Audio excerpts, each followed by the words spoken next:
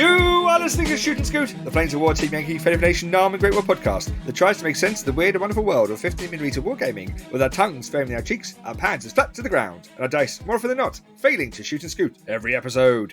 We invite you to join us on the many hobby misadventures on Facebook and on the blog at breakthroughassault.co.uk, to shop online at Battlefield Hobbies, because Hammy was a Roman Special Forces operative in a former life. If nice dice your advice, then be sure to check.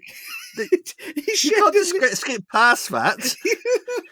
he shared a link to a book he's reading, which is about Roman Special Forces.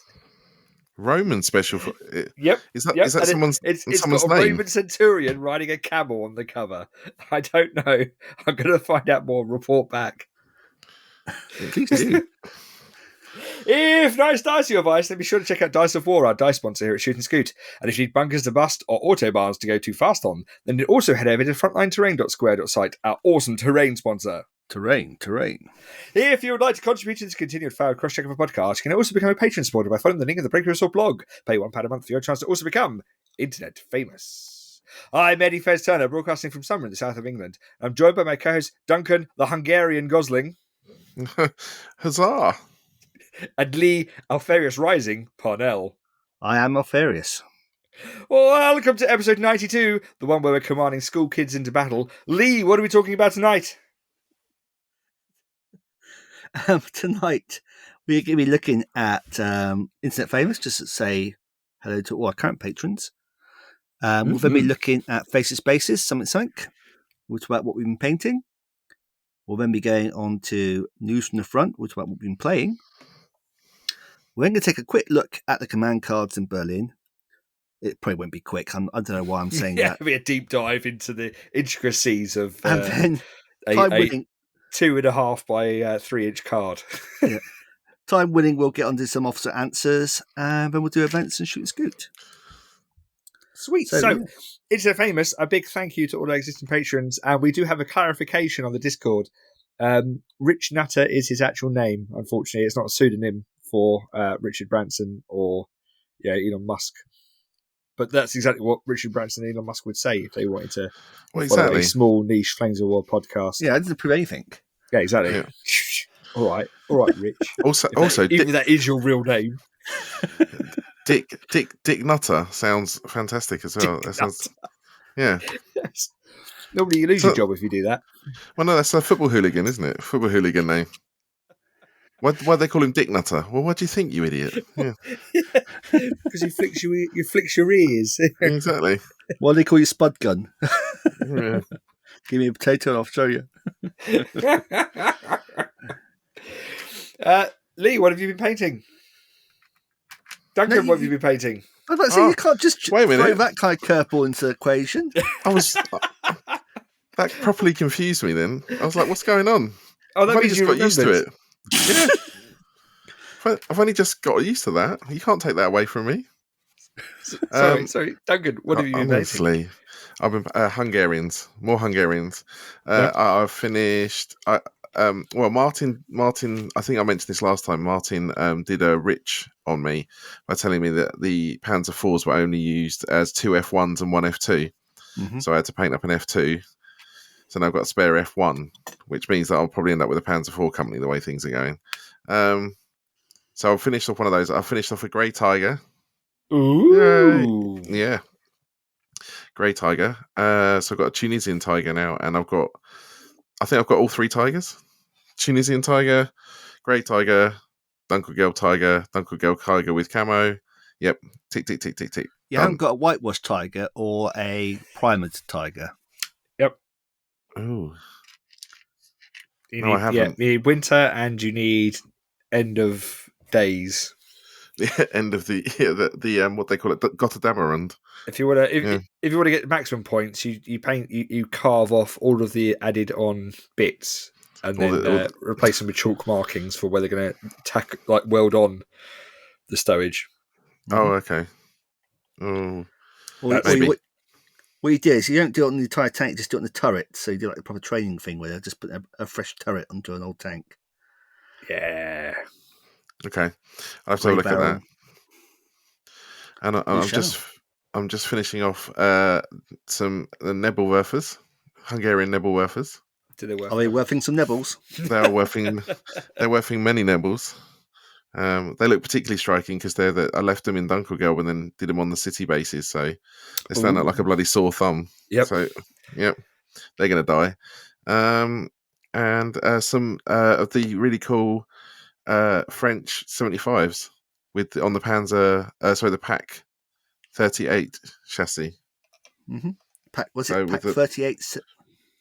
Is it Pack 3875? Is that what it's called? Yeah, 75-38 or something like that. Yeah. Yeah. And it's got the muzzle brake on it to stop it just destroying itself when it fires. Yeah, the pepper pot. Yeah. Yeah. So they're getting done. They're remarkably useless because they're 89, which isn't terrible, and heat, but I've only got a range of 24. So they're fine, but they're 12 points. It's quite expensive. Yeah. For what you're getting, I guess. Yeah, and what they're going to kill against Soviets. T60s? Were they? What's T-34's front armor? 6? Maybe. Yeah. I think they'll die before they kill their points worth, though. Well, it's Hungarians. That's almost certainly going to be the case. Oh, no, exactly. They should struggle against that kind of stuff. It's exactly what they did struggle against. Yeah. So I'm fine with that. I'm not losing. I'm being historically accurate. Exactly. Exactly. I'm following the rules. So they're getting done. And then next up is howitzers and the rockets. The heavy progression rockets.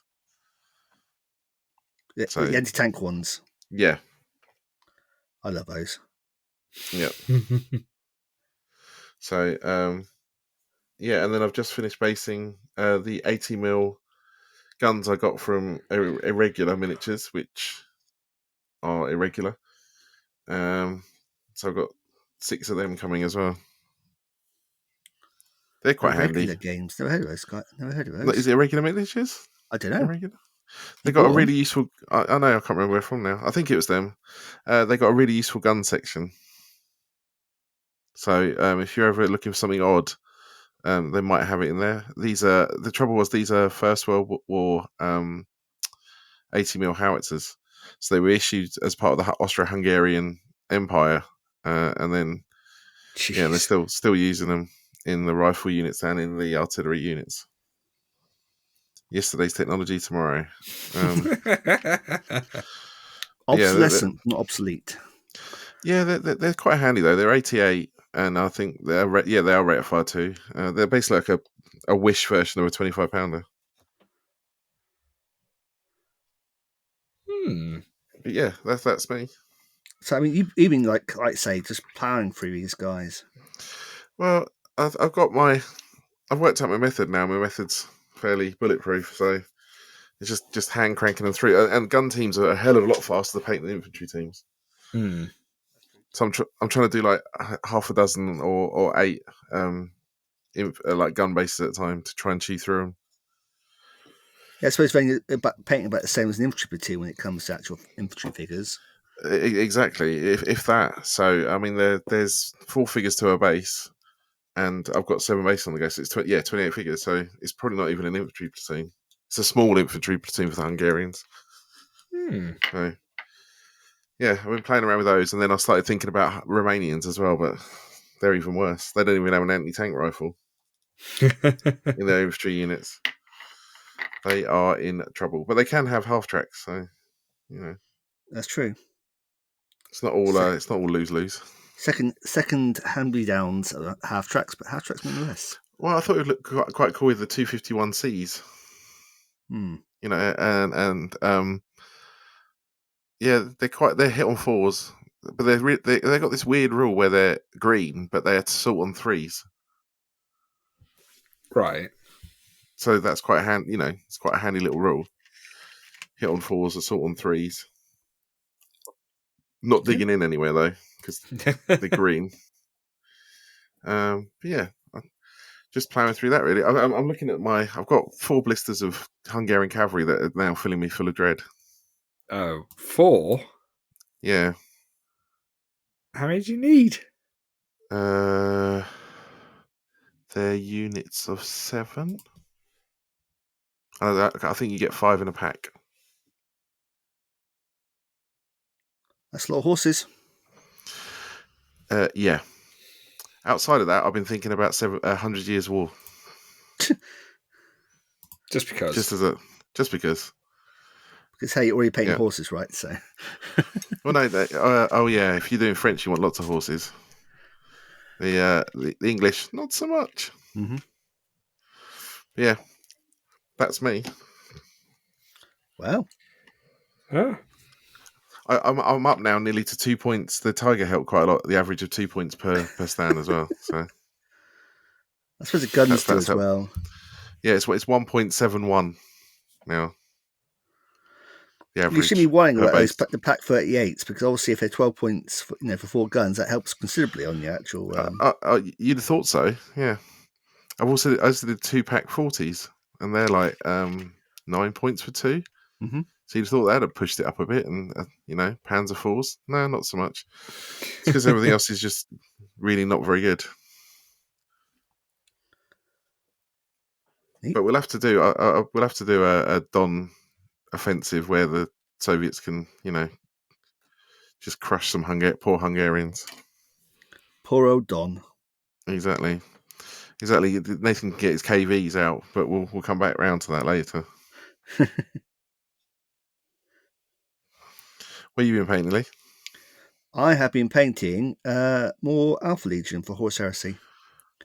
I finished lovely. off that tactical squad, and I managed to get a dreadnought painted. Sexy dreadnought. I was actually surprised how quick that dreadnought painted up. Caught me a little bit surprise. Is it the flat panels because you're airbrushing? I think so. Yeah, I think just I wasn't really doing anything too dramatic on the paint job. I think it just went quite quickly because I did most of its decoration comes from the transfers. You went transfers rather than new body bit. Correct. So I was trying to replicate what the body bit does by having those 2 cool hydras on the sort of cheeks of the armor. They look really nice. Yeah, I try replicating that using the transfers. Thanks. It does look really nice. I think it's a lovely pose as well. You got it kind of rocking back shooting. Yeah, I wanted to try because it's so posable. I wanted to do something. My first thought was to have the front of a rhino buried in the dirt. But I found I'd given away my old Rogue Trader rhinos years ago. That's that sort of Scotch that plan. Panda. Yeah, but I had all these like little bits of rocks, like not really rock. I think it's like dried plaster. I've been using for doing the basing with, and I found a relatively large bit, so I used that to sort of be stepping on. Whilst, like I say, doing like a sort of pistol shooting pose with las cannon, effectively. I mean, magnetized arms, obviously. Obviously, yeah. Although the polarity is wrong on the power fist, but thankfully it's so stiff it doesn't actually cause an issue. Doesn't matter. Oh, it's not popping it out again. Yeah. I don't know how I did it. I checked about 3 times, and yet somehow I still managed to get it flipped. It's amazingly easy to do. Mm-hmm. It's ridiculous. Stupid magnets. Yeah, got there in the end.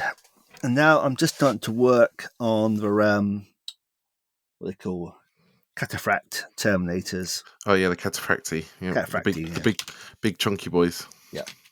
So I've got those guys undercoated in the sort of plate metal primer.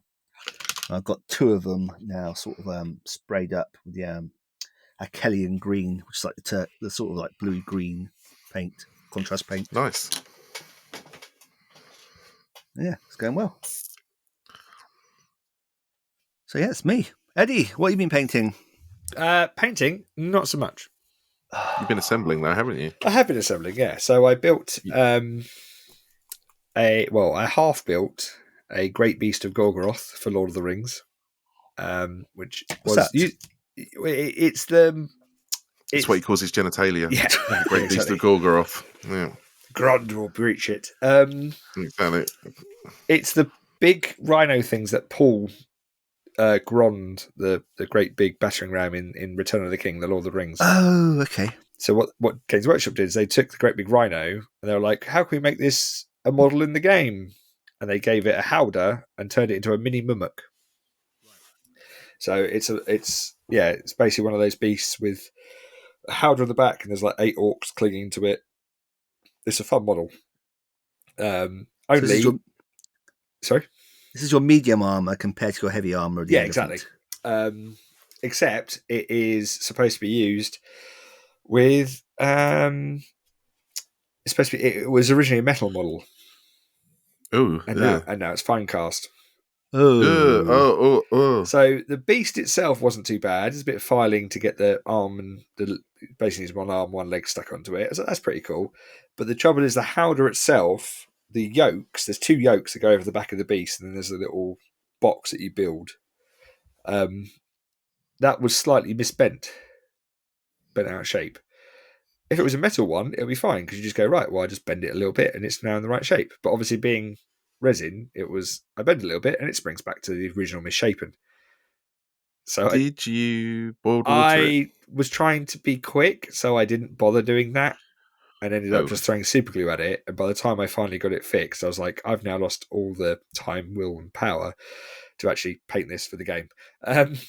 So, because then I looked at the 8 different orcs who were also fine cast, and they had a lot of flash and stuff and cleaning up to do to get them to look remotely good. Oh dear! So I went, you know what? I don't actually need it for my for the game of Warhammer World, so I'll just put that on the back burner for now. And then I spent the rest of the time building the stuff I did need for the Monday night, which was the Squat Prospectors Necromunda, the last carriage and Prometheum tanks for the land train.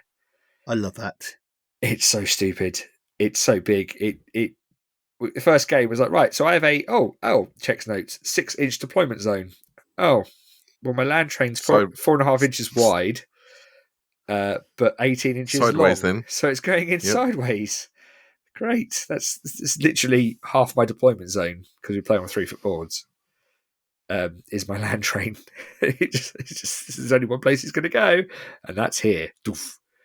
And then some extra. I had to build 1 extra squat for the gang for the Monday night. So no painting, some purchasing.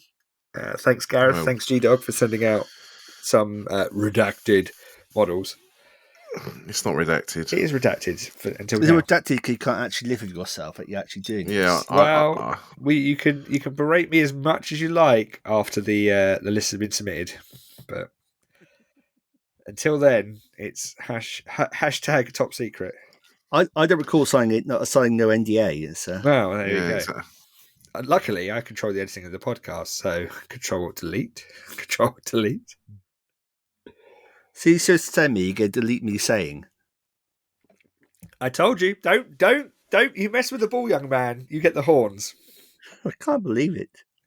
Plural. I can't believe you do that to me. I know, it's sad. Censored. That's what I really need. Cancel culture. Cancel culture.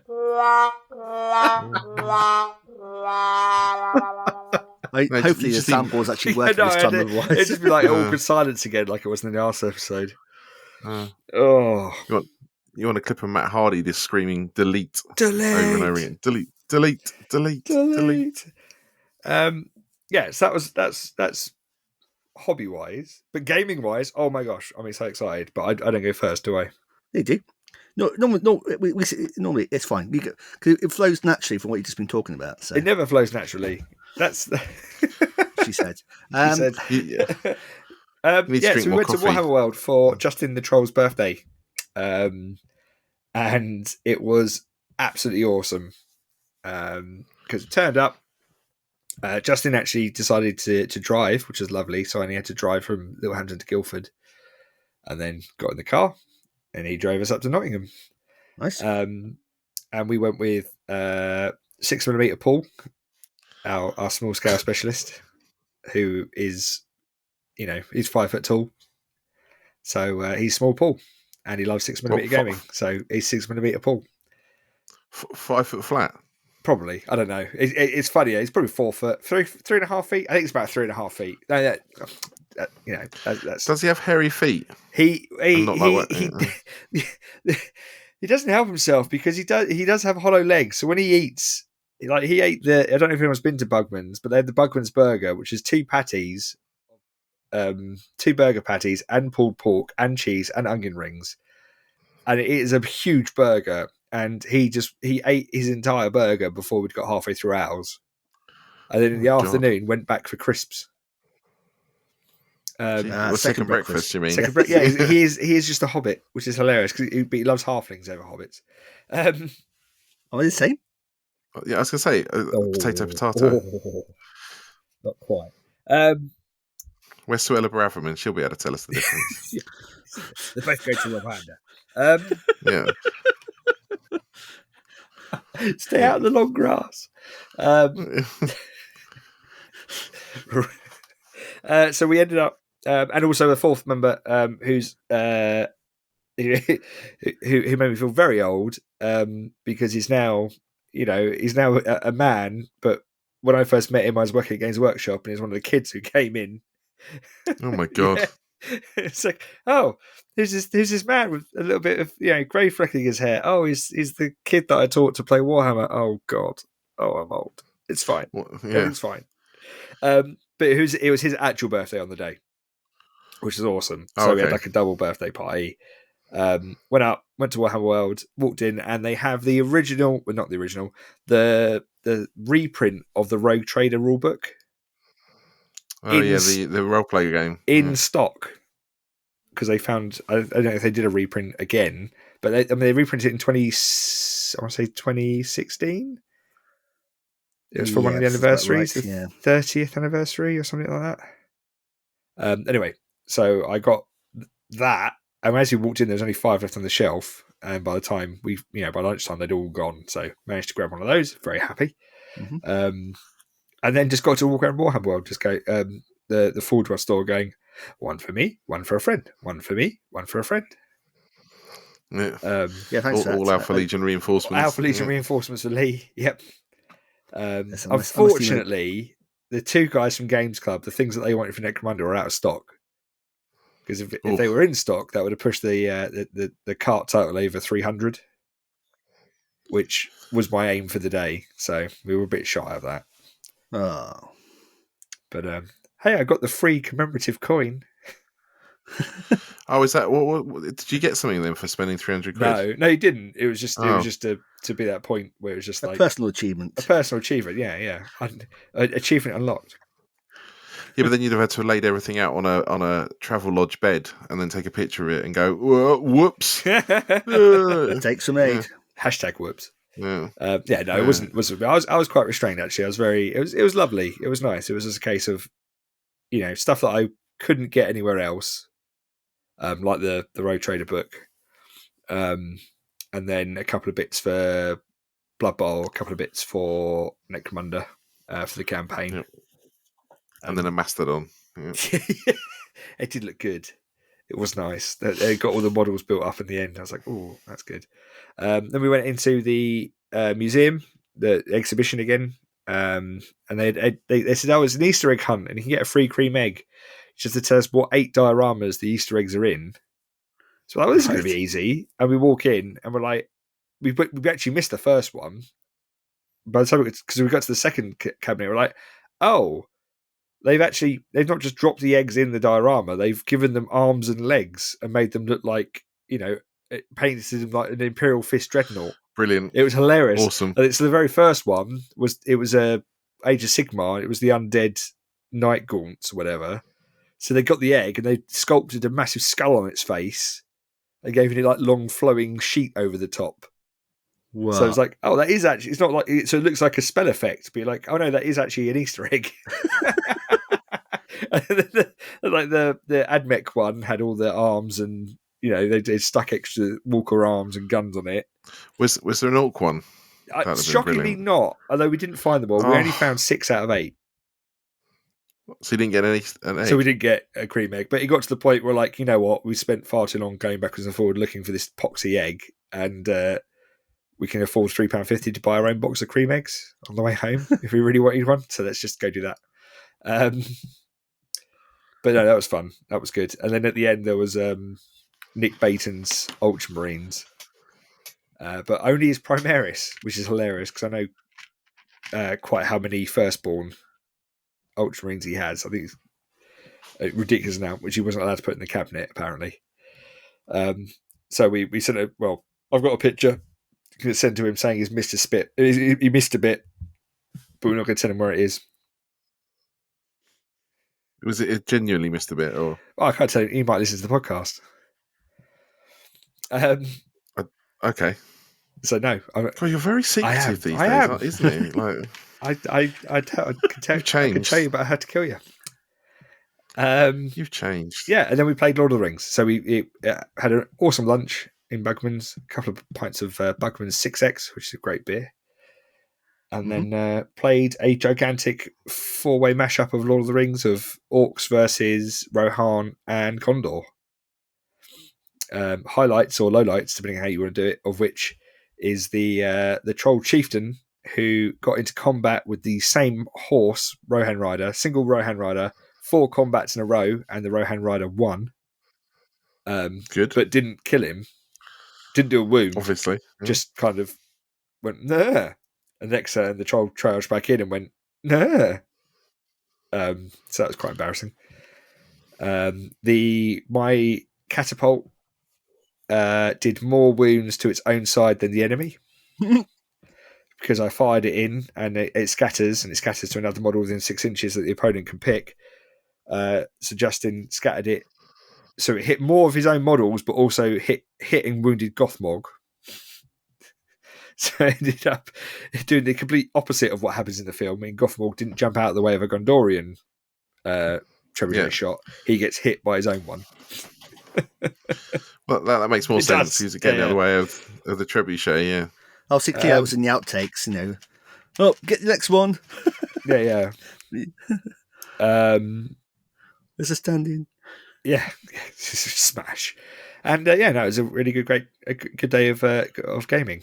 And then last Monday night did the first game of Necromunda, which was hilarious with my gigantic distraction Carnifex of a Cargo 8, which has smoke launchers on it, which means it's -1 to hit and is toughness 9 and 3 up armor save. And the way we're playing it, it's a bit the rules for Necromunda are a bit shanky at the moment between vehicles and fighters and the interactions. So I can't believe that. Yeah, I know, right? It's almost like they just threw them in without thinking. So we're trying our best to make it make sense. But if you want to shoot someone on the back of a truck, you have to take a cool test to avoid shooting the closer target, which is the truck. Yeah, I suppose. Which kind of makes sense if you think about it. It's a lot easier to hit the truck than the person, that's for sure. Yeah, and it's a lot easier to panic, and rather than try to pick a guy off the back, just spray at the truck, hoping you'll hit something vulnerable because it's bearing down on you. Which led to some hilarious. Well, I say hilarious. Justin had a sense of humour failure because I ended up playing him. Justin's very much, he has type 2 fun when it comes to games.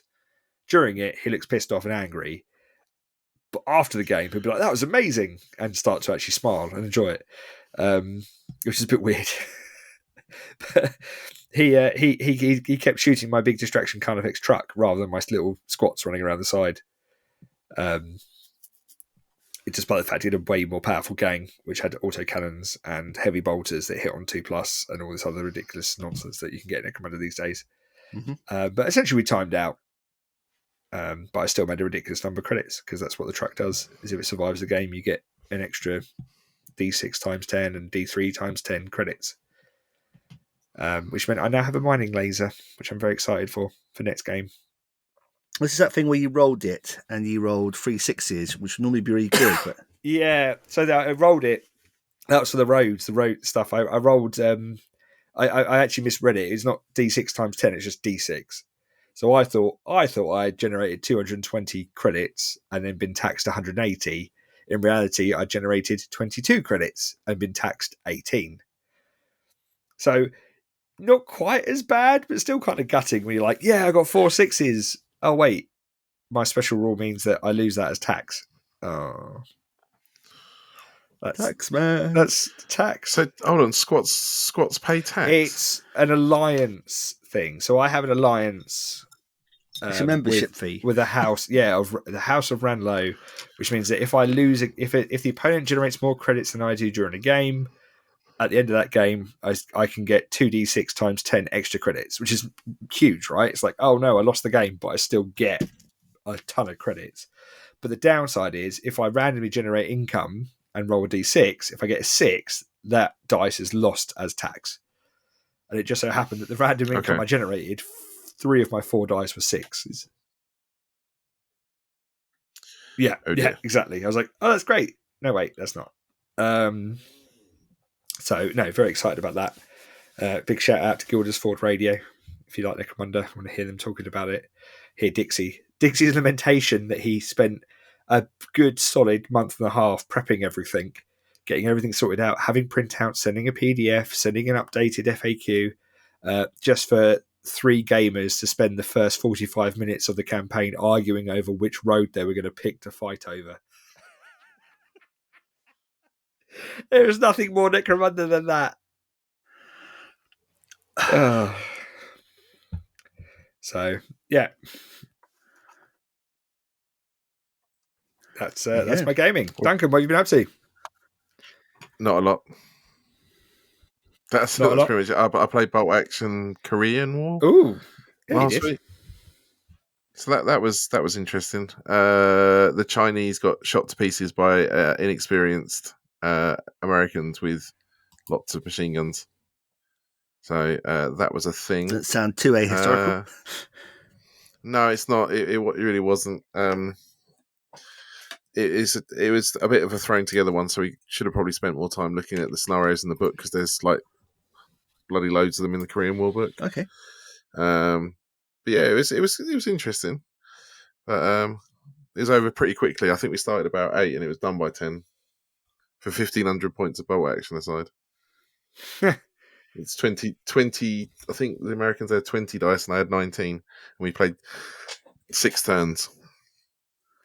So we absolutely smashed through it because it was just like Chinese run, Chinese run, Chinese run. Oh, Americans fire machine guns. Chinese fall down. I did like the MiG. The faggot. I think it is. Yes, the MiG 15. Yeah, MiG 15. Thank you. I wasn't sure of the number, but I remember. Yeah, it's an unfortunate name. Yes, nomenclature. Unfortunate naming convention. But that weirdly, the Chinese don't have access to an air observer, so you can't take air support. Oh, I was like, I'm pretty sure the whole reason they got into trouble was the fact that they were flying missions over North Korea in Chinese aircraft as quote unquote volunteers. Mm-hmm. I guess not. I'm as not close sure. Air support. When you volunteer, not as close air support. They were fighters. Yeah. But if you're a volunteer, are you allowed to take your kit with you? So, like, Goddard's in the RAF. Like, if he decides to volunteer somewhere, does he just get to take a plane with him, and that's fine? That was the whole thing. They were just provided. It was a shell fight, wasn't it? Mm-hmm. So they were saying, yes, the Russians aren't involved. We're not involved. They've bought these airplanes off us. Here you go. Here are some airplanes. And no, we're not involved in combat missions. We might have some people down there as training, but that's fine. They're only they're advisors. It's the whole military advisors things like Vietnam. They're not involved there fighting. It's military advisors, and then lo and behold, they are actually fighting. I mean, the whole thing with military advisors, they always end up leading troops. Yeah. It's just one of the things. They shouldn't be. That's the point. It's just a thing. No place to advise like the front. Yeah. I advise them to get the hell out of getting shot. Yeah, shoot that man. And that's good advice. Yeah. But yeah, that was fine. It was the first time we played the Korean War stuff, and it was a bit like, throw it on the table. Oh, that doesn't work. And then it just made me realise that I probably need some more Chinese, and I don't want to paint anymore. Oh man! But yeah, that was fine. Yeah. I haven't played any Flames, I don't think. I played a couple of games of Pandemic, the board game. Oh, nice. Or as I like to call it, 2021. Yes. It's really weird. The one we're playing, though, is actually, like, the uncurable virus is actually over in Southeast Asia. And, yeah, it's getting a bit awkward. Yeah. That's all I'm going to say. Oh look, Shanghai's fallen. Oh dear. Yep. We have quite funnily now unlocked the. I don't know if I'm spoiling this for anyone, but it's the legacy version of Pandemic. And spoiler alert! Spoiler alert! Yeah, where. wah. We've unlocked the option now to nuke a city. Yep, permanently remove it from the game. Boom. Yep. Well, your society's collapsing, is it? Oh dear. Collapse this. Look to the east at the coming of the seventh day. Yeah. Wear sunglasses. Yeah. this B-29 comes over the ridge. Yeah. Mm. It was the North Is it the the Northrop bird? Flying Wing. Thank you in the 1950s classic War of the Worlds. Yep. Have I told you the thing about Independence Day? About very people you don't really notice until it gets pointed out to you. Mm-hmm. In Independence Day, so in like say the War of the Worlds film, Yeah. it's the Flying Wing drops a nuke on the invaders to stop Yep. them. In Independence Day, it's a B-2 Flying Wing drops a nuke on the invaders to stop them. It's very good. And just in case you missed that sort of hint, there's then a collapsed lamppost that looks like one of their invaders from the film. Ah, yes. My dad terrorised me when I was watching the original 50s one. He got the Hoover and snuck up behind the sofa. Put the Hoover head over the top. Ugh. Still gives me heebie-jeebies. Are you sure it was a Hoover? This sounds like years of therapy waiting. Oh, it's still ongoing. Yeah. Yeah. Yeah, What Lee. about you, Lee? Yeah, so I got a couple of games in Dice soon on the bank holiday. Yep. So I played Nathan. He bought Berlin Soviet rifles, the storm groups.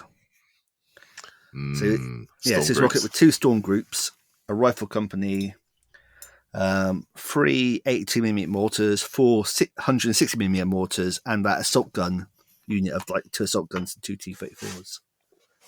I really like that. 100mm. That little unit. And the first game, I did battle group Panzers. Mm-hmm. So I had Panzer 470 HQ and 1 platoon. 1 platoon of Panthers. 1 platoon of Stu 42s to provide some artillery. And some mobile wagons. And then a Panzer Grenadier platoon from the Berlin battle group. And some Heer 88s. And I went to attack, so Nathan defended, and I found it quickly that my army was not optimized for attacking an infantry in built-up area. What did you think that?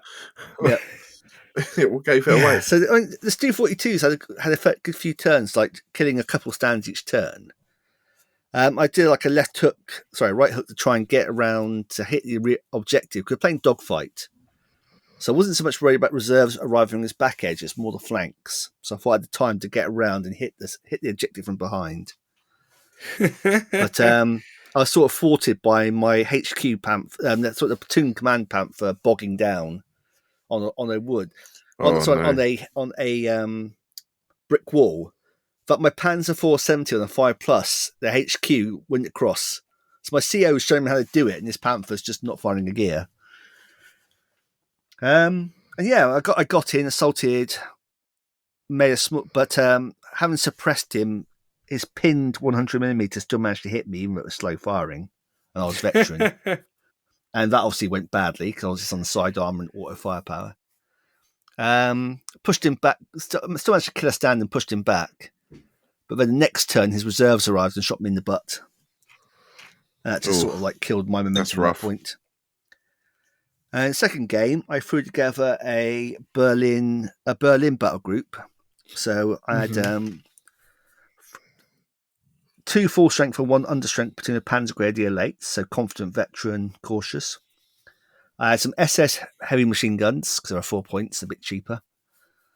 I had 2 mortars, 288s, platoon of Stews, platoon of Wesps. And I chose to defend that time because that seemed to make sense. And that was a much much closer game. We had a really good firefight over this little farm complex as he was trying to push me back. But basically, I lost 1 platoon. He lost all but 1 company, all but 1 stand of a company. Basically, it was just his little mortar and machine gun he left behind. Sorry, mortar and PTRD he left behind in the tree line were all that's left of that company. And then there was another firefight in the other sort of complex, which saw 2 of my platoons taking on 2 of his platoons. And again, it just descended into like the the Stews and the West firing over open sights, trying to hit teams behind like brick walls with brutal gunfire and stuff. And the bugger, every time I hit him, he'd then pass both his saves. That's not fair. Oh no! Yeah. So yeah, that was sort of like I was getting hits. He was getting, making him save, and each time he was re-rolling and passing the save. It was like, oh. But yeah, it was a good game. Yeah, certainly the first one. I mean, I was just sort of throwing stuff I wanted. In hindsight, having, as we discussed afterwards, having both the Panzer 470s and the Panthers is probably a bit OTT. Yeah. I might go with like dropping the Panzer 470s for Panzer 4s. And give myself some more points to play around with. I think some Tigers, either normal Tigers or King Tigers, would definitely be good. I just didn't want to face Nathan's annoyance at having SS King Tigers, so I skipped it for that one. Plus, with the Panthers in it, I just didn't have the points as well. But yeah, I think they're still expensive, aren't they? I think, like I say, going book on book, I think the lists work quite nicely against each other. They seem balanced against each other. So yeah, it was good. Some good games. Was that sorry, Lee? Was that a Storm group or was that was it the Red Banner Red Rifles? Banner Rifles. So he had HQ and two Storm group. HQ, 2 Storm groups and a rifle company. Yep. And they get that assault gun platoon in formation as well. Yeah, they do. It's quite nice. Yeah, I do like that. It's 23 points. Yeah, like I say, it's quite interesting because you can use the IS 152 as a sort of tank for shots, as it were, and keep the T-34s alive. And the T-34s will then, try and maneuver onto the flanks to shoot me in the back. Oh, that's great because in the second game, my Panthers sort of came on from reserve, killed both ISU 152s, but didn't kill the T-34A8s. They then came around, both of them came on my side and killed 2 Panthers. The 2 surviving Panthers then fell back and killed 1 T-34. And then the last T-34 comes over and kills 1 more Panther. So the 4th Panther then drills him and then next turn runs away. So it's just a big bloody firefight as both sort of teams get wiped out. Big annihilation. Yeah, it's all fun. Yeah. The other interesting thing you can do with them is you can put the bed spring armors on the T-34s for a point on the 2. And I quite like that as an idea as well, because you won't be able to necessarily bounce the hits around because they'll be too close, but it does give you a bit of extra protection if you do have to assault anything. Yeah, so we had discussed that, and Nathan was deliberately not doing it because, as he pointed out, there's no sort of evidence that their ISUs or whatever fitted with bed spring armor. And obviously, first and foremost, he tends to plays his forces, historically. But but you're quite right for game effectiveness. That's definitely the way to go, I think. But yeah, it was good. It was some good games. I mean, it's playing Nathan. I mean, playing Nathan Flames of War for like 3 editions now, so it's always good to play him. We route for the games pretty quickly, generally. And now he's painted up some KV1s. He has. He's embracing the meta for mid-war.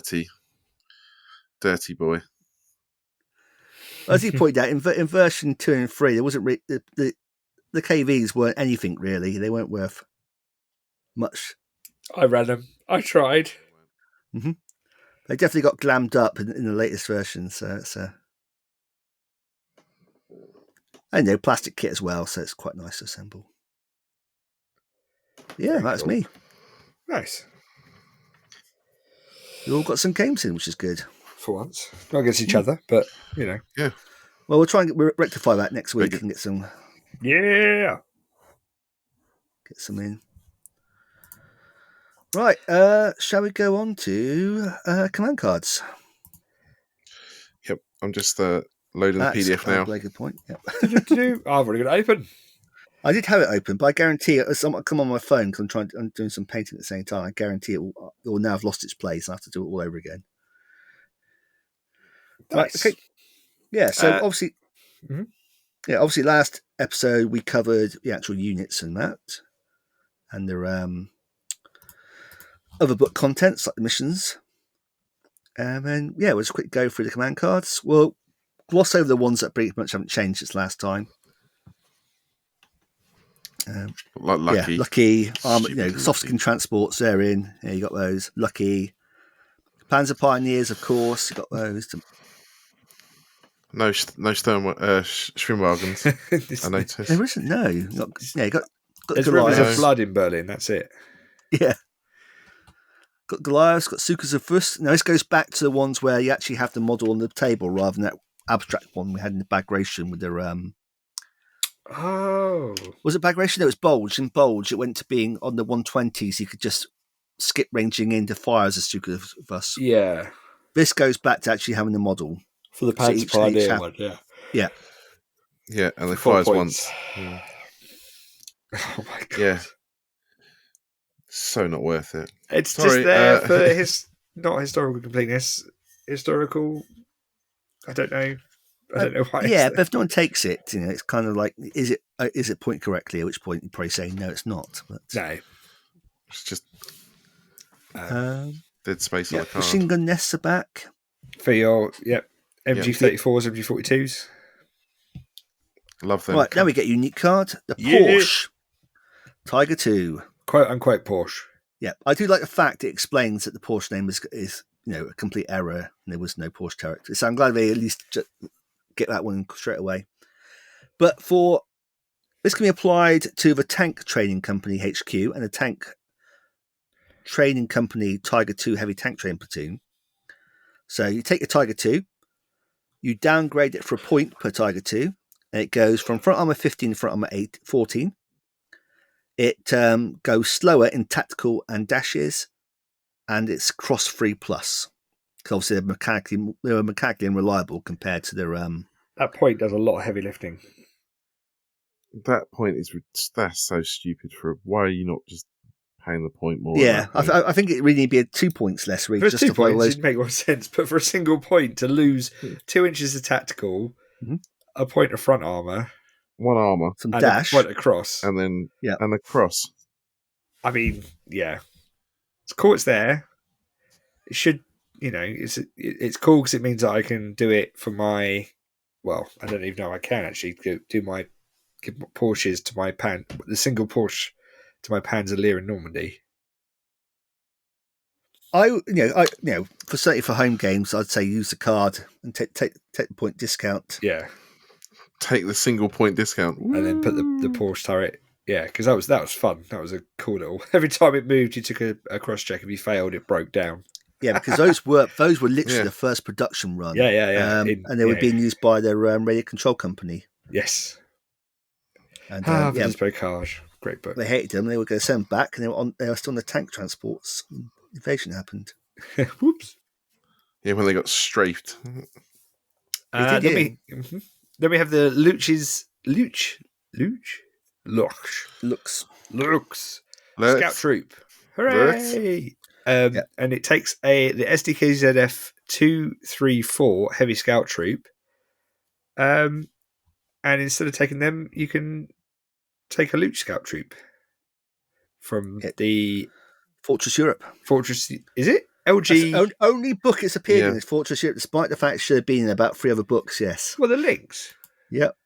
No. Yep. LG 134. 139, sorry. Yeah, it hasn't been in any other book apart only Fortress Europe. I thought Has it been in the command cards elsewhere? No. It should have been. It might have been in a command card in Bagration, actually, I tell a lie. But it certainly I think it was in Bagration, wasn't it? But as a unit, it's only ever been in Fortress Europe. Panzer 2L. I'll stand to be corrected, but I know it won't be. Always three. I thought it was in Bulge. Nope. Well, I'm looking. You look that up, Eddie. Okay. So is this quite handy? It's no more points, is it? No, you take it says to use the points on the card. Yeah, I don't recall it being underpointed. I Well, think it's 6 I'm points. going to look at D-Day German. I think 2 points. D-Day German. I'm going to look at the one that you said, the old school one. Fortress Europe.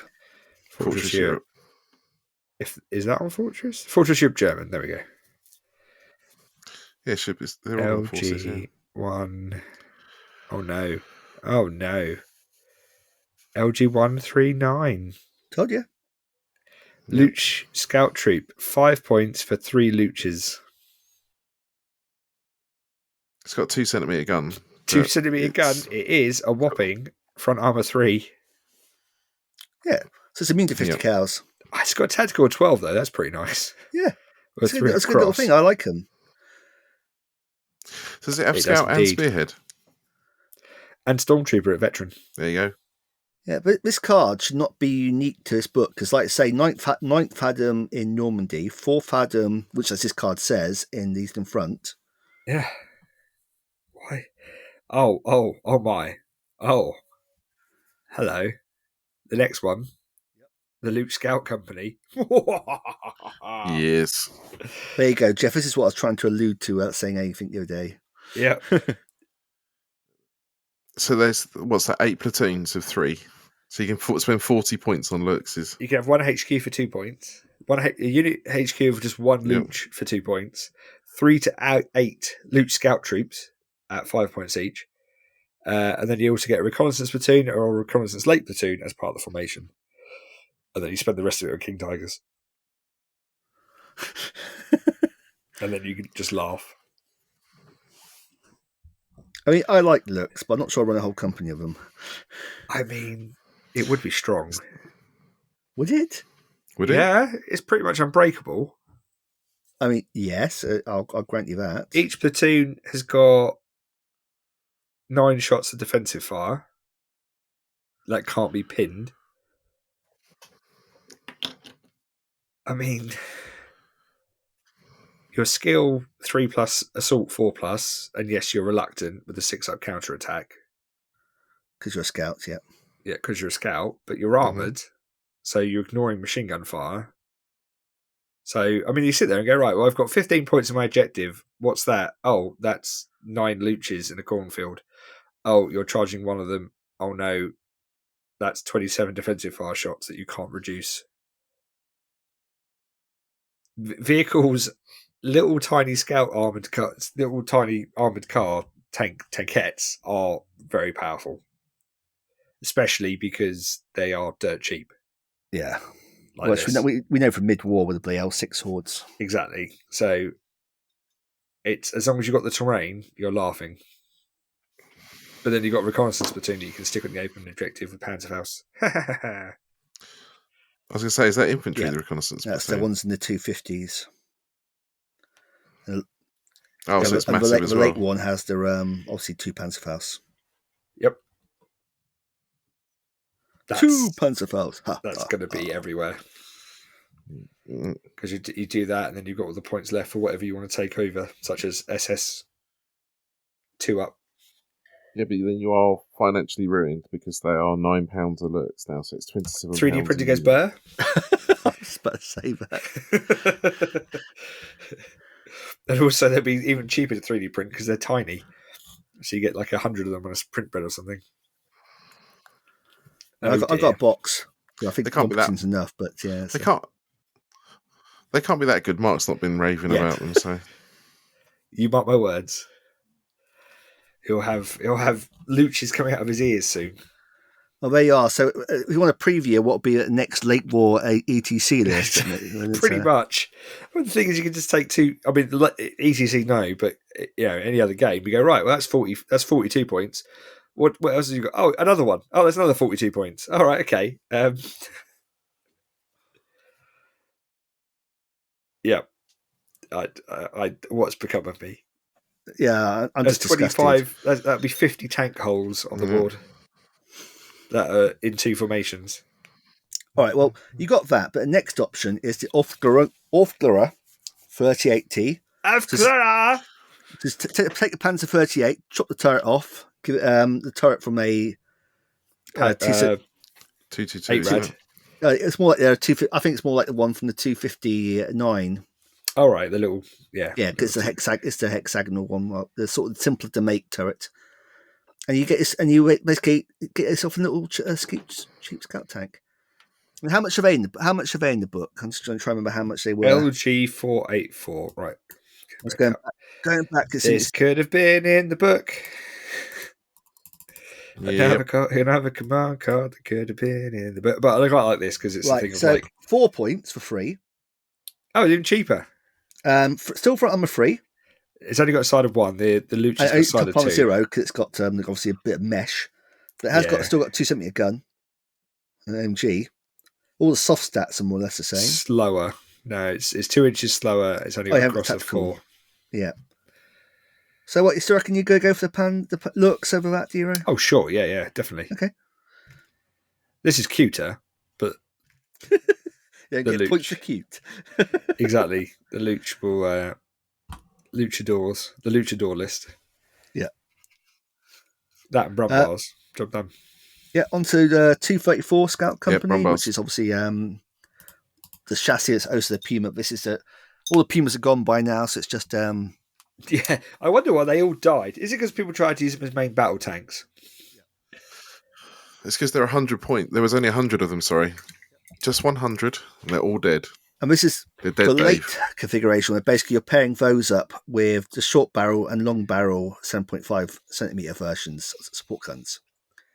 So you don't have a support platoon anymore, which groups them all together for some stupid reason I can't quite work out. No, that's not on Battlefront, that's on historical organisational. And now they go for those weird, stupid little paired units. That pairs a 2 centimeter with the Pack 40. Or let's say with Stummel. And yeah, again, similar configuration. You get all those, and then you get some a recce platoon. Very nice. But only a reconnaissance platoon, not the late one. Oh, good spot. Yeah, you're right. Yes, only the looks. And you've got to have at least 4. It's 4 to 8 platoons. Yeah. Which have those are 3 to 8 for minimal. Mm-hmm. Okay, next card is a downgrade card to basically turn Oswins into mobile wagons. Again, it's only a point for what's quite a big downgrade. That's what I found when I was using them. Oof. Yeah, exactly. A point per tank might be fine, but a point for the unit is just like... Pointless. Yeah, pointless. Yeah, I definitely bumped my Oswins up the painting list, that's for sure. How much I like my wagons, that's not a big discount. We say not a big discount, it's barely a discount at all. If you put it this way, if you do that card and downgrade your King Tiger, you could afford, 1 Panzer Luch. Yeah, super. Very good. Next up is not a downgrade card, it's an upgrade card. The worst upgrade. Yeah. Turn a 105 LEFH-18 to an LEFH 1840. So this is basically mounted to a Pack 40 chassis with a massive muzzle brake. You get a tactical move. That's it for your point. Oh. No, the howitzers have got a tactical move. 10.5. I think they do. I'm pretty sure we're just a dash. Or is it just a just run? A dash. Is it just a dash? Oh. I mean, but a 2-inch tactical. It will keep you alive if you are more than 4 inches away on the edge of an assault. On the edge of an assault. Very situational for a point. It will allow you to move 2 inches into the side of an enemy and shoot direct with 18-9. That's even more situational. Yeah. Well, you can't blitz, can you? Because you're a gun team. Unless you're Phil Yates' gun team. That's out. Shots not fired. Yeah, but that's because, who's queen? I mean, you can back off from an assault. Pointless. Yeah, I mean, move on. Okay, bit weird. Is there anything stopping a gun team from moving an assault? Moving into assault? Like counter-attacking? Guns can't... Yes, they can't counter-attack, they don't move. Only stand assaults, yeah. That's the gun team. Yeah, they're not infantry. Oh, no, it's heavy weapons can't... But they're not heavy weapons, they're gun teams. I'm pretty sure gun teams can't, so I'll look up. I haven't got a rule book to hand to look at. They cannot assault. They sit there and then they go, aha, we've motivated to counterattack. We sit here. Yeah, but over why to do they you. sit there? Is what I'm Oh, saying. you've made it Is it because they don't have a tactical move? because they can't make contact. No. But what if they do have a tactical move? Well, because our guns for tactical moves like 6 pounds and that, and they can't move with assaults. So. Yeah. Unless I've been doing something drastically wrong, but I need Hold to, on. Yeah. Let me have a look for some straws that Eddie's grasping for. honestly, I think we're going to spend so much time on this card, but okay. Nebelworth is of a 2-inch tactical. No. As well. It's quite interesting. Yeah. Yeah, while we're looking that up, so yeah, you next get your Nebelworth for upgrade cards, 21 centimeter and 30. Oh, the ones that are the most pointed balance ever. Mm-hmm. Oh, sad Move on. Panda. I've lost where I am now. Looted T34. Yeah, Oh, really? I like this. You, Duncan, T34 and a weird colour scheme? No. Yeah. Yeah, but you can get one Can it be T34 for 3 points and just run it around. Or an 85 All by for itself. 4 points. No. Confident if aggressive trained, cannot charge into contact or take an objective and is ignored for victory points. Yep. Glorious. Ah. It's just handy. If Ignore you've for got some victory points is left. nice. Yep. And it can't take them, but it can contest them. yes, it can. You're right. Yeah, So if you lurk it around near an objective, it's a 80-12 gun platform. Give your scary 4 points. Give you a bit of extra defensive fire if you need to. Yeah. Yep. No, it's not terrible. It's a not nice great, one. It's terrible. little character upgrades if you want to put it in. It's a shame you haven't got the option of a whole platoon of them like you used to have in Desperate Pleasures, but yeah, they're probably all dead by now, aren't they? Or they've run out of parts to keep them operational. Desperate Measures used to let you have upgrade Kharkov's a long time platoon ago. of them as an option, but yeah. Next you get the first of the sort of like build formation. So SS Panzer Brigade Westfalen. So basically you're taking a assault rifle HQ. Yeah, I see. It's using all the bits from the Berlin battle grade, basically. Just There's an SS Grenadier platoon, which is another command. Is the next command card. Yep. And there's a tank hunter platoon in there as well. Tank hunter platoons are cool. Yeah. Oh, so and you got the 8 centimeters and the machine gun platoon from the actual book. Oh, okay. And the scout platoon as well. Yeah. I mean, so Grenadier. It's a Grenadier platoon, so it's only it's a rifle team a rifle MG team rather than MG team. So that's why you can't use the one from the book. So you take the this is why the Ardennes SS Panzer Grenadier is in this book. Yeah. Because you can change it into an SS Grenadier platoon by making them all MG42s rifles for 1 point per unit. That, again. Better downgrade some mobile wagons. Get some extra points. Save extra points from downgrading your MG teams to... It's a big drop, though, because I mean, you lose a lot of firepower doing that. You totally do, because MGs are what? Halted 3, moving 2? Exactly. Yep. You go to 2-1, which is terrible. Scout platoon gives you an SS Ardennes unit with just rifles, but gives them scout and spearhead. Mm-hmm. But also removes their ability to do anything other than sneak up on people. And these aren't Fausted. These aren't Fausted because they can't attack. Oh, no. This unit replaces the MG42 team weapon with this stat. So you still, with that you still have line. the okay, so they are stat. Mm-hmm. Yeah. But they can't attack and assault on a 5. Because of scouts.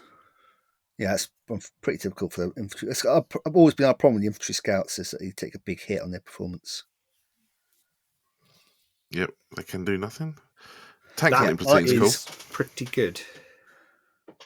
So you get they're not 4 that much rifle more teams of expensive. Panzerfaust. So not limited Panzerfaust, each get a fire shot, and then you get 3 Panzerschreck teams. And these are the old school Panzerschreck teams. We get 4 guys on the base and get rate of fire 2. For 11 points. Yes, they are.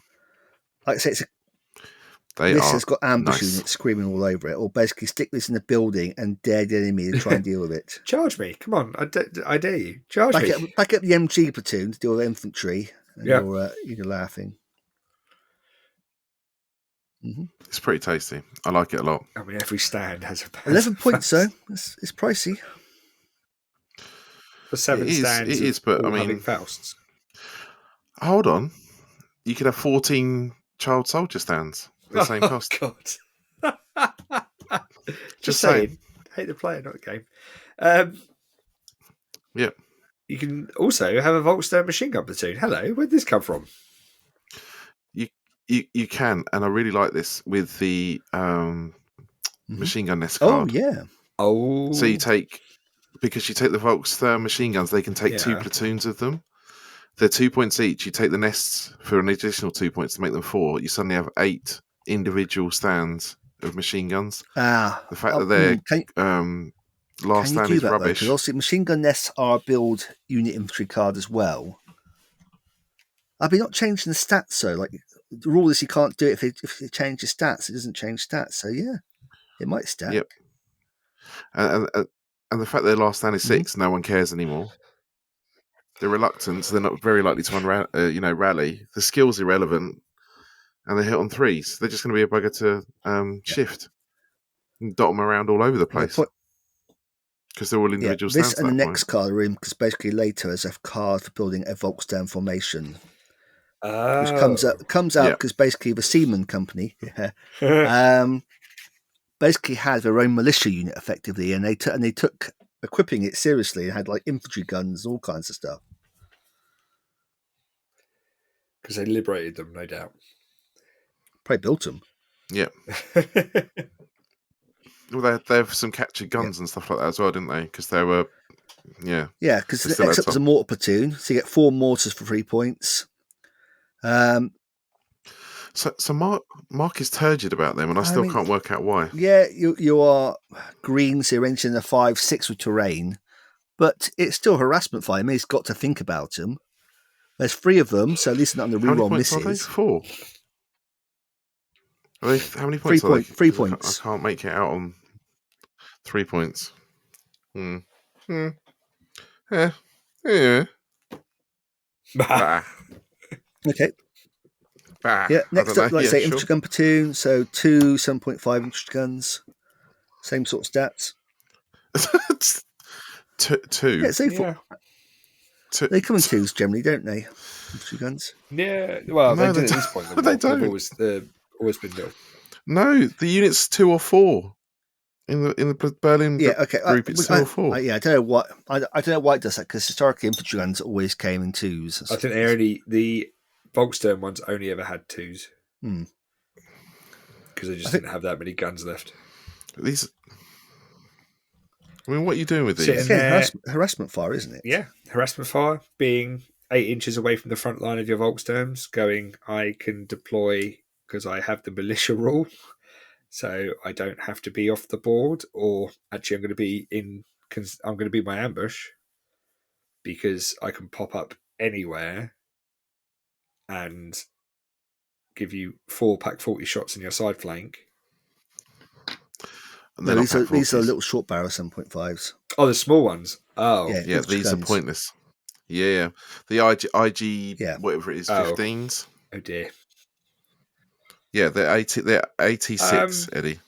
Crying? Mainly crying? They can bombard. Yeah, you've got to reroll hits, but it's still, like say, for harassment fire, it's fine. But what? Why? Yeah, it's just take some more mortars on the board, isn't it? Exactly. Admittedly, a 2-gun reluctant platoon is never quite a thing you want to rely on. But last stand 6 up. Yeah, it'll be fine. It'll be fine. Well, let's go to some bigger guns then. So next up is a 10.5 centimeter AA gun. Because when the bombers are getting higher and higher, you need to reach it so it can reach out and touch someone. You need to go big. Reached out and AA'd the face of God. Mm-hmm. With a massive anti-tank 19. But yeah, basically, so you take a Luftwaffe 88 and upgrade it to a cost of Well, 1 point apparently for the unit. It's yeah, which is It's just only rate of fire 1. it's because you drop rate of fire. Yeah, And it's it because you go becomes from 2 to slow-firing. 1, but 2 at 14. I think I still have these over the standard ones because the standard ones just can't cut Well, it it. depends what you're going against, isn't it? It does. Firepower 2 is lovely though. That means it really hurts when I'm you not roll gonna. one. Oh, Well, no, you can shoot that reminds me. Thermomix with it. My Stu Shoot Thermomix 42s, the firepower 2, I rolled 4 1s for firepower in one game. Oh, man. It's like playing Team Yankee all over again. Oh, I bet Nathan, took it in the best possible way, didn't he? Or by airplaning up and down the hole. But yeah, it was a. But yeah, so like I say, a firepower 2 will always I quite bite like you them. sooner or later, I find. But I think the next one's the ones you take. long 88. That's my opinion. Yeah. So you take that anti-tank Yeah. 88 and you go backwards. So whereas the 80 starts off as an AA gun, it returns to being an AA gun with a big long barrel. Yep. And it's 80-17. Nope. Rate of fire 2. Yep. And you pay, but you do Now, pay more points for this. is It's that on like a 2 points turntable? per gun for 2 guns. So, but yeah, point for gun basically. But you get Or a slight 3 discount on points 4 for 4 guns. guns. Yeah. Yeah. So you just basically upping the AT to 17. Are they turntabled though? Because it doesn't say they are. Well, no, because does they say they're forward firing? That's a keyword at the top of the card, but not a unit stat thing. So 88s are not forward firing. Gotcha. So Okay. therefore, they have 369 sight. With yeah, you, so you right here. sort of list when you aren't got a 360 these days, don't you? Yeah. Yeah, because that's more sensible, right? Okay. 23.7. Yeah, so what's fine. better than 3.7? Slap another barrel on it and make it a twin. These look so wacky because it's underneath, isn't it? It's not adjacent. Or overslung barrel, which way we look at it. But yeah. One of them's out of position. But Rate of fire 4/2, 87 with a 4 firepower. I can't remember what the single. What's the Osfin got? Is it 3/1? It's 3/2 of them, 3/2? right? So you got a slight improvement on your static rate of fire, which as an AA gun is probably good most of the time unless you're pinned. Yeah. But obviously, being Luftwaffe, if you get pinned, you're staying pinned. So Yeah. Yeah. It's a point per unit. I mean, like I say, it's quite handy because obviously being firepower 4, it is a lot handier as actual anti-aircraft gun. It's doing its proper role. Yeah, and it's 87. So if you have got your horde of Lurkses and you're playing blue on blue, it certainly helps. that was, yep. I'm not saying it's great. Better than nothing, he says. Okay, apparently we're continuing with the theme of AA guns because now we're on to the AA 8.8 centimeter railway AA gun. Yes. So this is when the 1946 when they start making rail guns with the old. No, not quite. So I'll start with the railway gun card first, so you can understand what we're talking about. So these are railway guns mounted on railway flat cars, set up in a position to cover with anti-aircraft fire. But what they then did was camouflage them as normal, basically like Q-ships tactics. They look like normal railway cars until you got too close.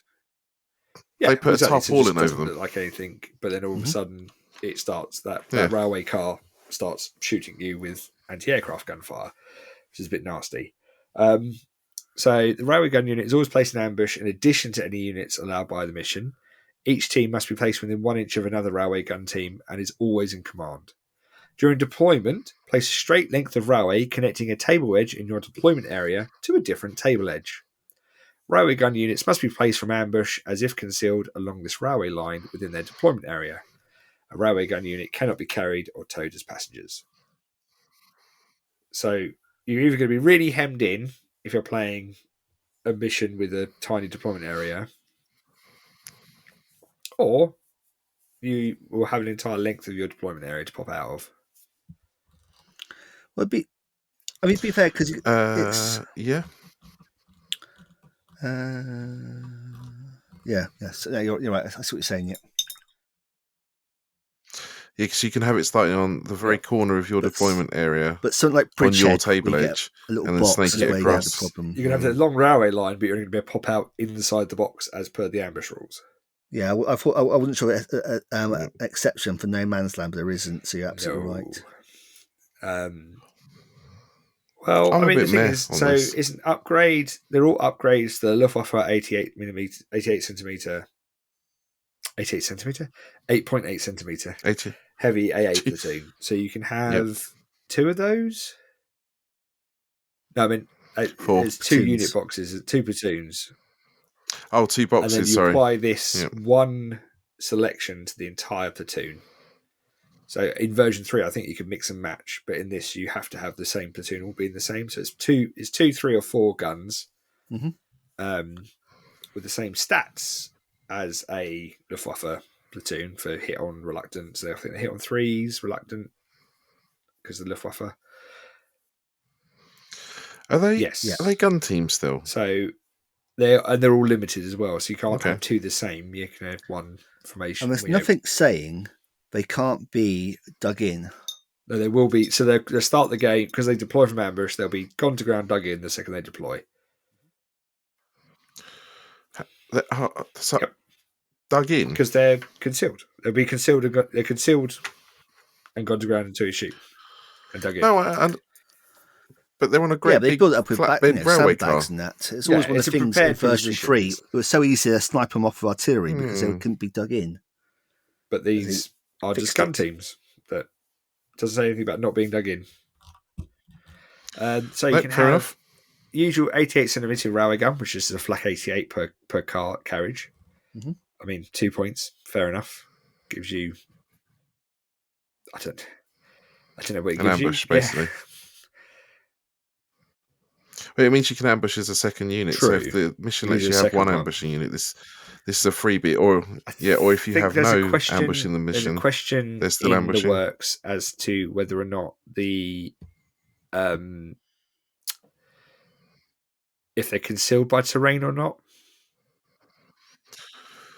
I get the feeling. Well, so obviously the railway line is open. So to ambush, normally you have to be outside of 16 inches, if not concealed by intervening terrain. Especially being a large gun, yeah. Especially being a large gun, but they're not. Yeah, but they're not so the normal gun, ambush rules means you can't ambush within 16 inches with anything that isn't concealed by terrain. Correct. Mm-hmm. So at the moment, it doesn't say that this ignores that, but I get the feeling it will. No. So what? No, I thought. Oh wait, no. Gun. I thought that was the point that you popped gun them units first must be placed from ambush as if concealed along this railway line. So they will be within. So you can ambush within 16. I remember Mark. Nice. Yeah. But you're so you can't, generally they'll. The railway track limitation is a bit of a... So you can't ambush within 4. So if you have models within 4 inches of the entirety of the railway line in the deployment area, they can't pop these out. But they're going to pop them out. If you're not popping them out first turn. I don't know if you wait a turn. It depends if you've got anything to shoot. Because you get... if you've got target, you've got target. Because the real thing is you sit there and go, oh, excellent. For 5 points per 2 guns, I can have double 88s. Mm-hmm. Which then... better, 188? Yeah. 2 88s. What's better than 4 88s? 8 88s! Yeah. It's a lot of points. They're still a Luftwaffe platoon though, right? So if they get pinned and all that jazz. But that's 8 88mm shots. And then my personal favourite, which is to upgrade them to 10.5s. Mm-hmm. How many points is that though? It is the rifle 2 points. 2 points. Flat 2 points. For the platoon, regardless of how many guns it's got. So you have 4 of them. I can't see how many points 4. I've got a feeling it's 8 points. I think they're 2 points each. For the Luftwaffe. If someone can scroll back. I don't think that expensive. They're pretty cheap because they're reluctant. and I think they're aggressive. Oh, I should know this. 'Cause I looked at my army list the other day. You're failing, Lee. I'm I know I assuming am. someone's looking. I'm just trying to find a bit of paper I was writing my list on the other day. I'm just going to scroll up. I want to say it's something like 3 points. They're in this book. Man looks things up on the internet. Fine, we edit this out in post. Oh, can we now? What's this we you speak of? Yep. It's the royal we. It's the royal we. We, all the way home. Yep. Observation post, SS. Luftwaffe 8. Oh my god, they are 6 points. Reluctant, aggressive, trained. 5 up in assault. They are large guns. Oh, that's the thing. Do they ignore the large guns? I think they do. That was the question for the 16 inches. So I think the railway large guns means you can't ambush within 16 regardless of concealment. But then the card states ambush as if concealed. So I think there's a little bit of a clarification needed that they can actually ambush within 16 on the railway thing. I think that's fairly clear. Because if they're a large gun, go ambush as if concealed along the railway track. Right, large gun special rule. You can't ambush within 16. Oh, yeah. Right. So why have one clarification that they're concealed when it doesn't apply? Because large gun negates the effect of being concealed. Yeah, I think that's. They've got a point in a special rule because they haven't taken away the large gun. They haven't stated that the intent is to take away the large gun rule. But then, does large gun have any other impact on the game? The only impact is you cannot ambush within 16 inches, even if concealed. And then the railway gun card says, ambush as if you're concealed. Okay, well, that doesn't help me unless you take away the large gun special rule. That's the clarification that Mark was talking about, which I think is going to come through because it is, silly to have both in there. This rule lets you ignore another rule, but you can't ignore that rule because it's got this rule. So that's 6 points. So 8 points gets you 4 ambushing 10.5 centimeter railway guns. But does mean you've got about 100 less in your wallet. No, I don't know. I just find that deployment thing limiting. I'm not sure I like it. It's not for me. I just know it's going to look awesome in a fully fledged railway yard. I think we know someone who has that. Yeah, exactly. But the question is, do I go for twin 88s or 10.5s? I mean, why not both? You can't mix them in the same platoon, but you can have them different platoons. Because of the aforementioned £100. So they're about £20 a railway car. They tell me you haven't got somebody stowed away in the storage locker somewhere. I didn't know. I didn't get them the first time round. I was too busy buying Natjager guys. And also I had, poor university job. Which I think I was working for Games Workshop at the time. There you go, that'd be why then. Well, there you go. I'm trying to find the formation now, and I can't find it. Oh no. Okay. I'm trying to find just double check you can actually take 2 platoons of Luftwaffes. Oh, I see what you mean. Right, while you do that. What's next?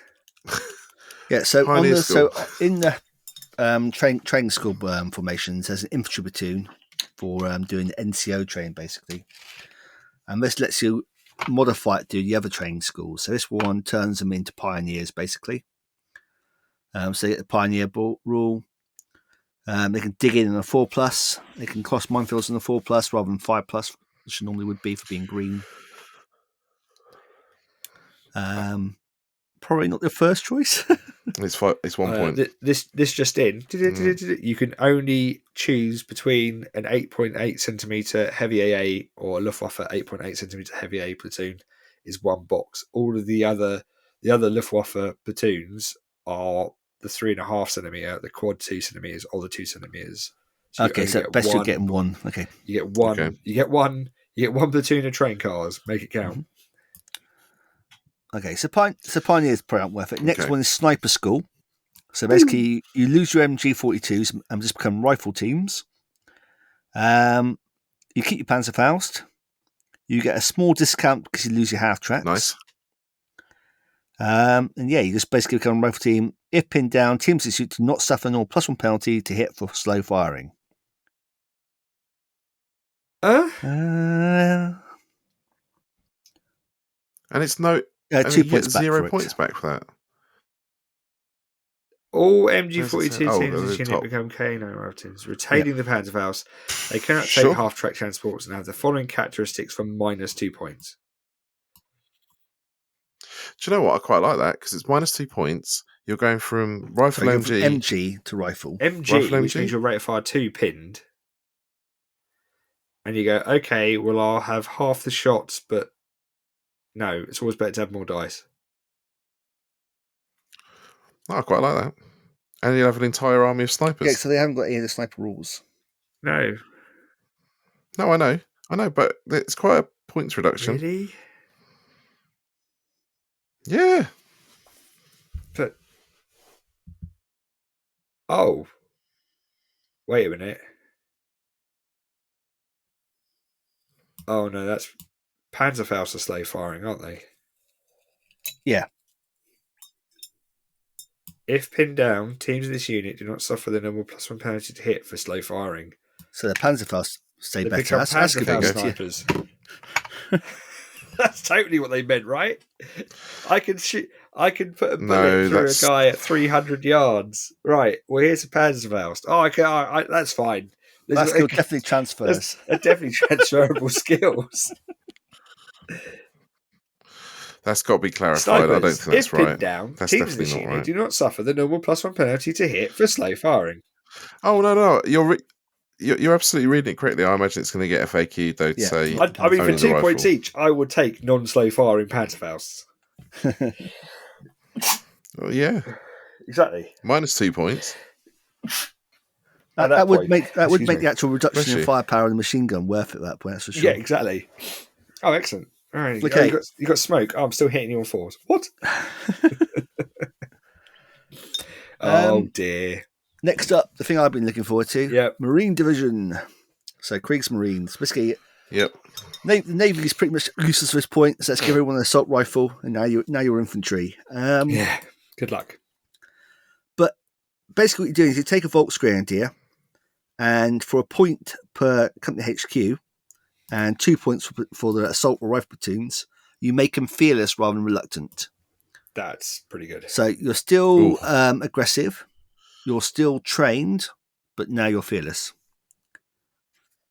Yeah, and that's a lot I better. like these guys because basically, going back to the Farm Edition, these guys held up a Farm Edition for a few days, basically fighting over a town until eventually Farm bypassed them and left it to the Marines to sort out. So some marine on marine action. Do they make basically figures? figure-wise, they are just Volksgrenadiers. They're you could probably mix in a few Navy guys just to get a bit of flavour, but yeah, Some of the big hats. Yeah. Yeah. But you get HQ, and structure-wise, it's very much like Volksgrenadiers. HQ, 2 assault platoons, a rifle platoon. So basically, the guys who ride just rifle MGs. You then get 1 machine gun platoon, up to 1 machine gun, up to 1 8cm and mortar platoon. Then you got a choice between a 15cm infantry gun or 12cm mortars, so mortars. And then you can have either a tank hunter platoon or a Pack 40 platoon. And the tank hunters are very much like the SS one, so they have their combinations of rifles and Panzerschrecks. It's late war. Everyone gets a Faust. Yeah. I think you take that rather. I think than so, the yeah, Pack because you 40. can always just have some 88s from division kind of thing in there if you really need it. Well, Pack 40s are kind of losing a bit of their oomph, aren't they? I mean, at this point, they're just defensive fire weapons, aren't they? And even then. And like I say, you then have to get a collection of cars just basically for going through and upgrading all the other units I just mentioned to fearless, basically. I hate when they do this. It's because of the points, isn't it? Yeah. They can't just say X, just a flat one thing because something get a bit more benefit from being fearless than others. Oh, you get some 15cm guns though. Well, yeah, but you got to choose between two. them or 12cm mortars. Let's say you get a unit of 4 mortars. That's more useful than 2 infantry guns. Oh, sure. Generally, but obviously you don't get direct fire with a mortar. You also get a little. You get capture guns for the actual support artillery. They can have. Yeah, they had Yeah, 122s. I think they had, didn't they? As we get here. And then finally, they had a little tank hunter platoon with Hetzers. So Hetzer's going to Hetz. Those captured guns, that's really weird that you take. Oh, it's because they're Fulsham, not Fulsham, it's because they're Volksgrenadiers at this point, isn't it? Right, I was trying to work out why you're making them more expensive. I was like, they're already expensive. And then I remember they're not. Yeah, you're basically paying for the gun change and also paying for the fearless. Yeah. Hetzers are fearless. They're fearless trained. Yeah. It's not bad. Is it just one platoon? Yeah. Counterattack. You can counterattack on a 4+. It's pretty good. Well, unfortunately, also 5+ to hit in assault. So it's not going to be the greatest assault you ever put off. It's double-edged sword. Yeah, but if you're assaulting them, it's probably got a bit desperate rather than you're. Yeah. Yeah, and then after that, we are to Panzer Division and Munchberg. Yeah. Munchberg. So, take a Panther Late Panzer Battle Group HQ and turn it into a Tiger. Okay, I think Tiger's a HQ option in the battle groups. Obviously, let's just give you that option. And is that for 0 points? Yeah, you take the HQ for 8 free. points. And it uses the ratings from the Clausewitz Tiger tank platoon. Yeah. So basically 1 Tiger for 8 points. Yeah. Pretty good. Nice. Panzerlecherer, which is essentially 3 points for Tiger Race skills. But that can be applied to non-Tigers. Oh, so it is Heavy Tank Training Company HQ, Tank Training Company, Panzer Division, Munchberg Tiger HQ. Mm-hmm. Does that mean you can have Panzer IVs with crazy skills? I think so, because I can't remember what the Tank Training Company HQ is, but it might be, yeah. Oh, so you can take a 4-point or a 6-point unit of Panzer IVs. Just the HQ platoon. 50%. Oh, yeah, so Formation Commander gets boring. Either Scout, reroll 1 failed firepower test, rate of fire. That's dull. Rapid fire, maybe not. Well, rapid fire is, it says the Formation Commander's tank has halted rate of fire 3 with 8.5 centimeter, 8.8 or 7.5 centimeter gun. So you get a Roth 3 main gun, or a Blitz move on 2+, or hits and assaults on a 2+. But that's just your Formation Commander. And you roll a dice and it determines which one. Yeah. Exactly. I don't think I've ever used those. I used to use them when they were free.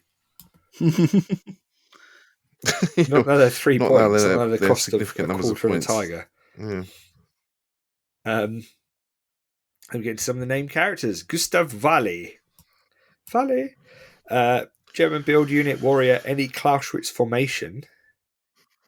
Major Gustav Valle, joined by Lieutenant Fritz Andering and Oberwaffe Niepernik Stutzel, combined with a Kuppelwagen full of Panzerfausts. That's a fun weekend, that is. Distinguished themselves on the night of the 14th to 15th of April 1945, where they destroyed over 20 British armoured vehicles with Fausts. Add this unit to your formation. This unit has 2 STG-44 assault teams with Panzerfausts from the Clausewitz Panzer platoon. This unit has the following ratings. Each team rolls 2 dice in assaults when using a Panzerfaust weapon. Fearless, Veteran, Assault, Panzerfaust Ace, Assault 2+. 6 points. It's a separate little platoon. It's a separate platoon. That's pretty fun, especially if you model it with the Faust behind the Kuppelwagen as an objective. On the base, yeah. Full of Panzerfaust. Why doesn't it have a Kuppelwagen? Because it would just be totally broken. What, if you could dash really far? Yeah. Absolutely, he Why just does it drove look a like crew Cooper wagon Wagon? up to the battlefield and just Yeah, parked it up they and didn't I don't think they dismounted. did drive-bys. Faust drive-bys to kill No, I Wagon. know, but no, because if you want to do it historically, you have to pay another 2 points to give him Cooper Wagon, a single one for the 2 stands. No, they'd have two actually, wouldn't they? There That's you go. amazing. I like that. I like that as a unit. 6 points. It's pretty expensive, but my That is God. the ultimate. I'm going to sit in this building. I dare you to come within 4 inches. The assault rifles too, yeah. I double dare you to come within 4 inches. Oh, I'm sorting out terrain. Oh God, you're both dead. So that's just a completely separate unit. It's not a command team upgrade. Add this nothing, unit to is your it? It's just formation. a 2-stand unit. 2 STG-44 assault teams with Panzerfaust from Class Rush Panzerstern platoon. This unit has the following ratings, and each team rolls 2 dice in assaults when using a Panzerfaust weapon, and it hits on 2s. So that's 4 dice hitting on 2s. Oh, so it's any Clausewitz formation. So that could be a tank formation, like their IR Panthers as well. Just give them and it's from the formation, so it can move out of the deployment area under cover at night. That's 6 points of a lot of fun right there. Kuno von Meyer, Oberst Lieutenant Kuno von Meyer, had already proved himself an inspiring, capable leader as a Panzer Abteilung commander of the 116th. Well, that's probably got so much action in D-Day because every single tournament you went to. But yes, leading Panzer Regiment Coburg in East, earning a Knight's Cross. Now he leads Panzer Regiment Münchenberg, defending the eastern approaches to Berlin. 5 points. German unit warrior Panzer Clausewitz Panther IR for a tank company HQ. When a unit leader is in 8 inches in line of sight of this formation commander, the unit passes rally, remount, and last stand tests on a 3+. So it makes all your reluctant guys fearless for the low cost of 5 points. Yeah, not so much.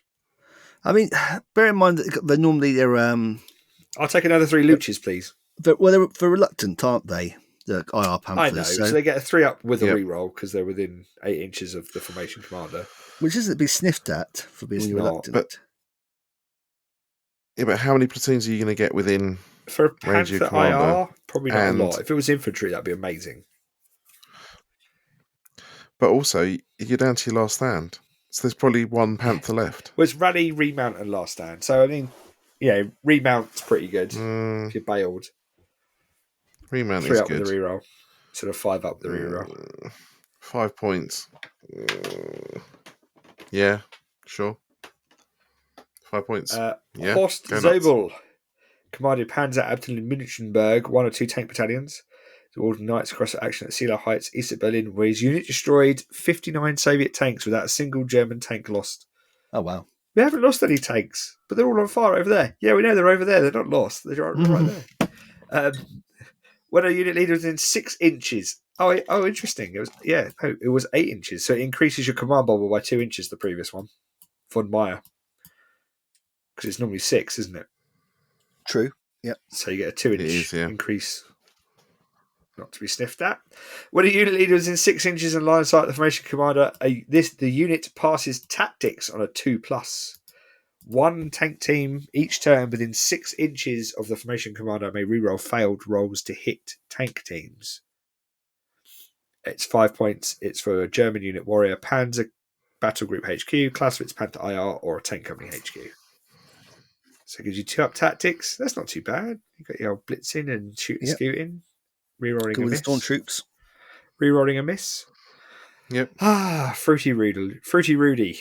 Hans-Ulrich Rudel. Oberst Hans-Ulrich Rudel flew 2,530 combat missions, claiming at least 2,000 targets destroyed. These included 800 vehicles, 519 tanks, 150 artillery pieces, 70 landing craft, 9 aircraft, 4 armoured trains, several key bridges, a destroyer, 2 cruisers, and the Soviet battleship Murat. Definitely wasn't a Nazi, though. This aircraft unit arrives and rolls 3-up instead of 4s. It is for a Ju-87 Stuka with a 3.7 centimeters guns on the wings.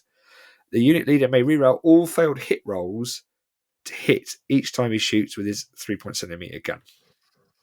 It's 6 points. 6. And how many points? Yes, it's a 15-point unit, I think. That comes in on a 3-up and rerolls misses with one of the airplanes. Yep. With an 87 weapon. In late war. Yep. Could they not have made it 2 to turn up? That then would be worth it. Well, it wouldn't be worth it still. His gun's still rubbish, yeah. But at least it's I something. miss the old Rudel. Yeah. I miss the old, here's a template, you hit 2 teams inside it on a fight, Well, could we not have had something different? Because we also had Rudel before. How many people do you think are flying around with maybe. Stukas at this point in the war? Well, he did fly in. They're all dead. He Everyone's specifically dead, did Dave. fly in to Berlin, I think. He was one of the pilots who came in and tried to get Hitler out. 9 points. So, Okay. it makes sense to him to be like, I'm going to take my... 89? Not 87, 89.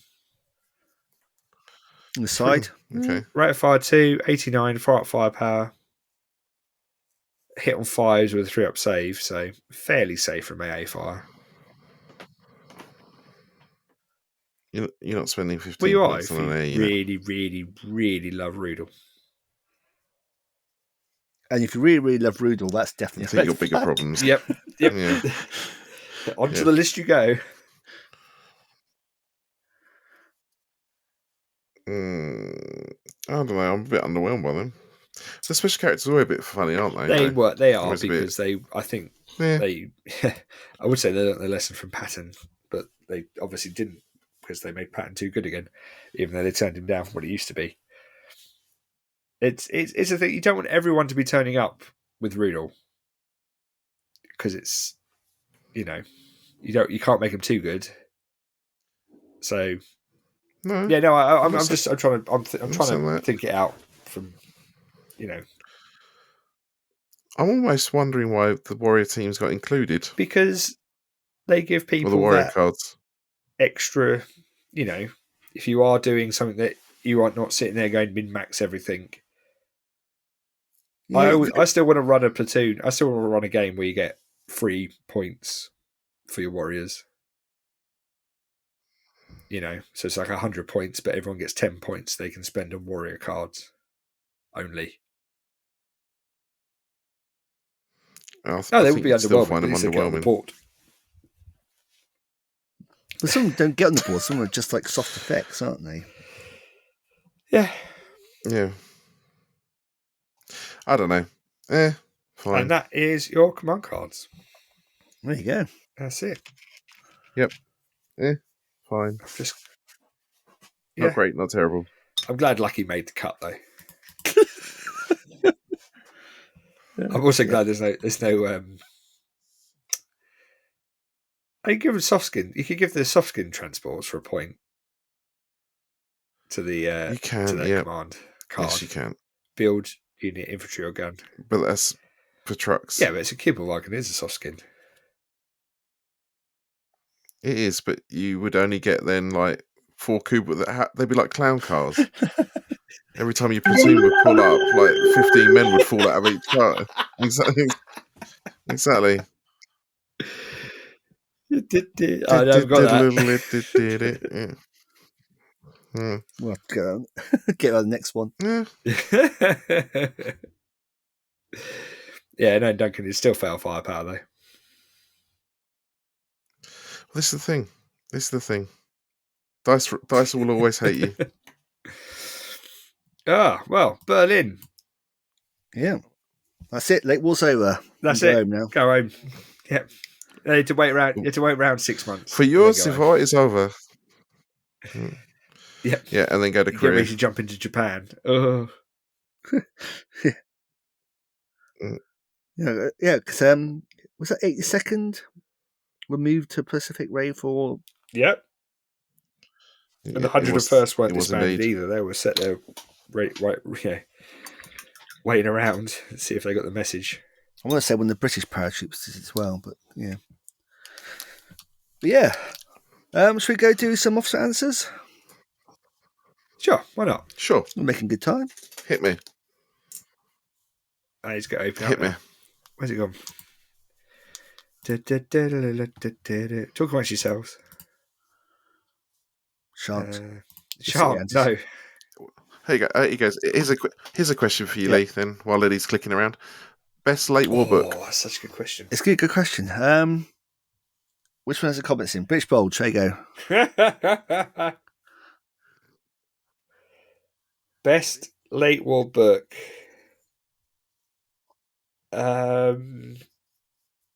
D-Day Americans. Good choice. Yeah. Ooh, okay. I think just because it captures what it says on the tin without too much being left out.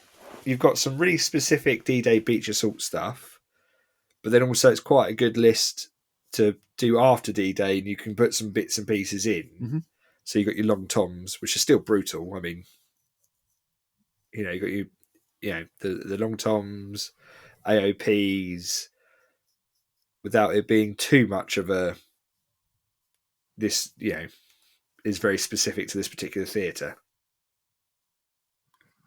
There you go. D-Day Berlin. D-Day Berlin. No, D-Day Americans. D-Day Berlin. So I'm looking at the officer answers questions. Gotcha. Oh, interesting. All right. And then what we got? Carl Stockperson asks, what are your favourite so bad they're good World War II movies? so bad. So bad they're good. I'm going to say it's a travesty, but when you get down to it, Case Heroes is a really bad World War II film, but a really, really good film. Yeah. Well, I don't know, really, really good. It's an okay film. Oh, outrageous! I wouldn't go really, really good. I said, we should watch this as a suggestion during a lockdown evening with Tacey and Stu in the house, and it was just like, why is there such a long instrumental opening to this artillery barrage? There are some weird 70s design choices made. Dunk, so bad they're good. Yeah. World War II movie. So bad they are good. I mean, there's one called, a personal one, the Saving Private Ryan after the first 20 minutes. Saving Private Ryan. Just because of really average. They are two separate films, aren't they? It's bizarre. Yeah. They are. There was one called, I can't remember what it was on. It might have been on Netflix, called The Aryan Couple, which was absolutely awful. Yeah.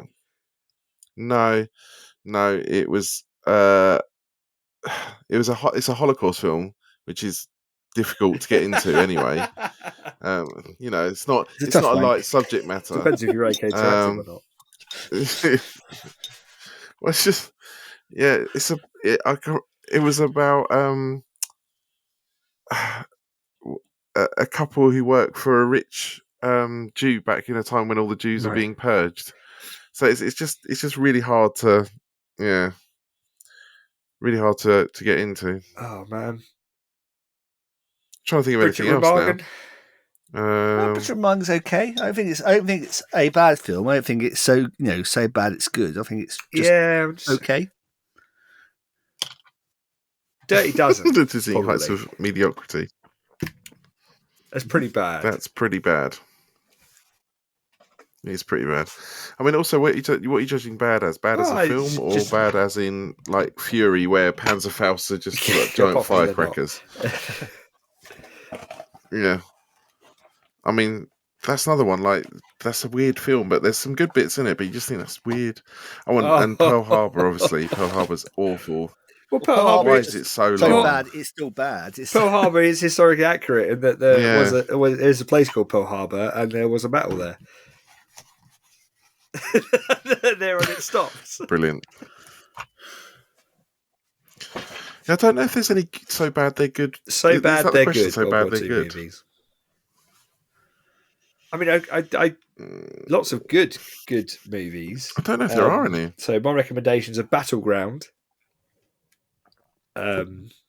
which is black and white and was made in the 50s. It's one of the first ones to come out, and that is phenomenal if you haven't seen that. It's about the Battle of Bulge, and it's so far ahead of its time, it's ridiculous. It's got a couple of bit of like 1950s, 1940s classic, cinema tropes in it, but it's really good. because it was all shot by people who were actually there. Oh, was this Theirs to the Glory? It's maybe. Theirs is the Glory is the one that's basically about Arnhem, and it's basically being done by Arnhem veterans. No, this is soon after the Bulge. war. Okay, must be a similar sort of concept then. It's literally called Battleground. It was shot in 1949. It's nearly 2 hours long. Oscar-winning drama with a realistic portrayal of World War II and the crucial Battle of the Bulge. Yeah, really, really good. Find it. I bought a copy off eBay for a couple of quid, and it was I did because it's an old film that not many people think about, but yeah, fantastic.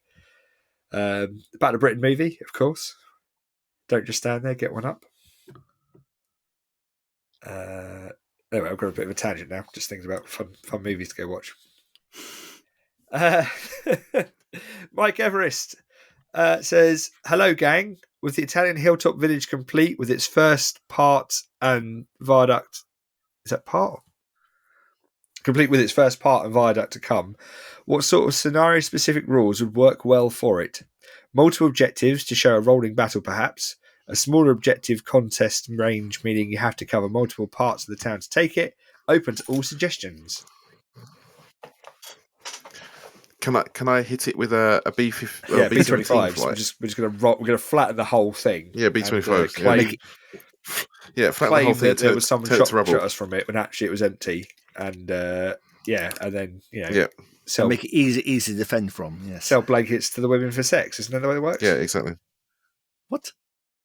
No, I mean wow. We have ways of been opening my eyes to the Italian campaign and the ridiculous levels of venereal disease and the way that both sides were like, "Well, this isn't our country. Just drive your tanks through that building. Oh, why are these family crying? Oh, we just flattened their building. Oh well, that's war," and just moved on. But unlike other parts where it's like, "Oh, you're our allies. Here, have some food." It's like, Italy, you're part of the Axis. Screw you. Really harsh. Really, really harsh. Yeah, really bad. Yeah. So, what else could you do? So what else could you do? I mean, obviously, I'm going to take a mountaineer card sides so that I can climb the sheer faces. Yeah. If you're watching the YouTube version of this, and hopefully I got around to actually putting a picture of the actual thing below us talking about this. Yeah. Kate Bush that mountain. I mean, there's temptation here to make the actual church on the top an objective, the viaduct, both ends of the viaduct objectives, and have the actual contest being controlling that. But on the other hand, it's in the context of a larger battle. The high ground is because a lot of these battles in Italy we're advancing along the valley. We need to secure the high ground because that's where the enemy's calling the fire in. Yeah. So I'd look at this as part of a larger game where basically you have a couple of objectives in the valley, but then the actual town's ocean objective, you need to clear it out, secure your lines of advance and supply. It's not the main objective in itself, but it is an objective and it has to be secured. Or maybe you could have it as one of the ones where you can't win with the main objective until you've taken the hill as well.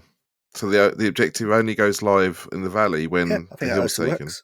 I mean, the normal Flames of War rules work pretty well. No, they don't. How dare you? Yeah, Flames of War's dead. Because obviously armoured vehicles rolling up are going to be terrified because you're within 4 inches of both sides of the street. So Panzerfaust infantry are just going to charge out. Well, you can't. But that means you can't roll up the street. Yeah, exactly. If there's infantry in there, you can't. So what you can do is sit back and provide fire while your infantry are going mouse holing. So to represent the mouse holing. Yeah. Well, mouse holing. Yeah, that's a good idea. The assault's kind of going to get round that. But what you could do is say that if you fall back, you could essentially make it that infantry teams, when you break off, you only have to break off to the next. If you're in a building that isn't being assaulted. So if you're in the next building down, you don't have to break off, like if you're assaulted by tanks. So then you have to clear every single building. Rather than go, everyone within 6 now breaks off and I've cleared the whole street with this one assault. What's the city fight buildings? They do it room by room, I think. Oh, so wasn't that There's Yeah, something so in do the the front same that thing. basically now says that when you assault a bit, no, in an assault you don't fall back out of buildings. You do get that's against vehicles. Against Only from vehicles. Yeah. okay. So if it's your break tanks, off yeah. takes you into a building, and you have to follow the initial break off rules, which is the shortest distance away. Mhm. Basically, so if you're in front of a building, the tank assaults you, and you break off into the building, you can just stop there because the tank can't assault you anymore, so you're safe. Yeah. Or if you're in a situation where you got half your platoon in So and the half half out. that isn't breaks off, but the half that is in the building just stands there and goes, no, you can't get me. And then pins down because it broke off. Yeah. So That would work. I mean, Same that's the thing thing. We could did it work, with the though, if hills, you and it's just just did it like, as actually, the infantry. Flames of War rules kind of work. Mhm. As long as you are consistent and make the same allowances for... Oh, maybe allow you to shoot over or see over tall terrain from the hill as well. I think, talking to Nathan, well, I was talking to Mike about this. I think we're going to play like very much model live the lines of sight. So there's no flat tall terrain blocks tall terrain kind of thing. Yeah. Yes, it takes more time, but I think it rewards the actual effort that's gone to terrain. Yeah, because it is that great. It is actually that tall. Yeah, this hill is twice as tall as that one, so therefore I can see a lot more. Well, exactly. It's not like an extra half an inch. We're not It's playing extra like 6 or 7 inches. Yeah, we're not playing at a tournament either, so we're not exactly. having a fun fight about it. Mike Robertson asks, predict the next bout of recreational outrage from the official Facebook group. Wrong answers only. I think the next bout of recreational outrage will be from people complaining that their opponent's models are painted too well. And they will say that actually that tank is painted so well, it's ahistorical. I can see people saying, I've just broken all my Panzerschreck models off into single bases, and now you're putting double bases back in. Yeah, no, it's wrong answers only. Quit. Oh, really? Yeah, true, yeah. That's definitely a right answer, yeah, sorry. That's definitely a right answer. Yep. What's the wrong answer? Could you please make special characters more expensive? Why is a swim wagon not in this book? Oh no! Why is it 3 points? I don't actually know how these things become like hot spots. Does that make sense? Like, I always kind of come across these things and go, huh, what's everyone shouting about? And then read it and go, I still don't know what everyone's shouting about. What's going on? Recreational outrage. It's such a weird thing. It's such a weird thing to get angry about. Yeah. It's toy soldiers. Exactly. And at the same time, there are times when it's not recreational. Maybe there are times when someone's put Russian Zeds on the front of their Team Yankee army. Actual rage. Oh, but do you know what? I think it'll be. I bet you wouldn't. So why is this not allowed? But SS is goes well, maybe 70 years, and this. Yeah, 70 years is actually within the scope of the game, and just punch you in the face. Yeah. What about if there's a break? You know, like the golf, there's a breakaway league. Imagine if there's like a breakaway Masters. No. So it's a Saudi backed Emiratis. Whitewashing by a war game. Exactly. Yeah. That would be some interesting if it's Saudi backed, they get green shirts. Obviously, green's their colour, but yeah. Oh, Harry asks, what has been your favourite book and/or formation so far? Not necessarily exclusive to version 4. Oh, we were just asking that question, weren't we? No. Oh, yeah. No. Oh god, Villa's Book. I miss my gliders. I miss my ridiculous 450 point units that died on a 1 when they crashed their gliders on the way into the battlefield. It's just glorious. It was just sitting there going, right, we're in a tournament. I've got, I think, like 1,600 points was the most I had in old money of early war gliders. Turn 1, everything's airborne, so nothing's going to deploy. Turn 1 is going to take about an hour. turns 2, 3, 4, and 5 will take about 5 minutes each, and we'll know who's won by that point. as they land Or and as you land in crash the ocean. or get out and get an assault where you're automatically pinned and drive you off the objective. Oh, it was good. It was so much fun. They were quite fun to play, yeah. Yeah, I'm looking. What about you, Lee? I mean, so we're saying favourite books so far to include everything, but obviously I still go back to my default answer of the Italian books in version 3 being the absolute pinnacle of books. Yeah, Or and Road to Fortress Rome Italy. and okay, not the Fortresses Italian Italy. forces, but the.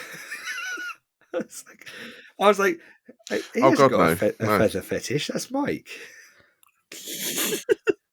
No. Lee's interested in the Brazilian Smoking Exploratory Snakes, Corps. of course. It's, Yeah. Oh, they were good. That's what I like about the book. It had all those crazy little forces in. So and they had a whole range of complete bespoke models as well. Mm-hmm. Most of them, at least. Yeah. Goon figures and that kind of thing. Yeah. Go on then, Dunk. What do I miss? Like the best unit Favorite or book book and is or it? formation. Favorite book would be the 21st Panzer booklet, which arrived traditionally late for D-Day. Yeah. Where the hell's 21st? He I was see. sleeping, was he? Oh, very good. Yeah. Oh, he's threatening a Luftwaffe crewman. Oh, okay. Oh, it's one for you, Duncan. Interesting. Ben K, I'm not sure if this has been asked, but what would be the best of the current German late war books to use for Italy, specifically Hermann Goering Division? Oh, see, with my one, I actually use Fortress Europe.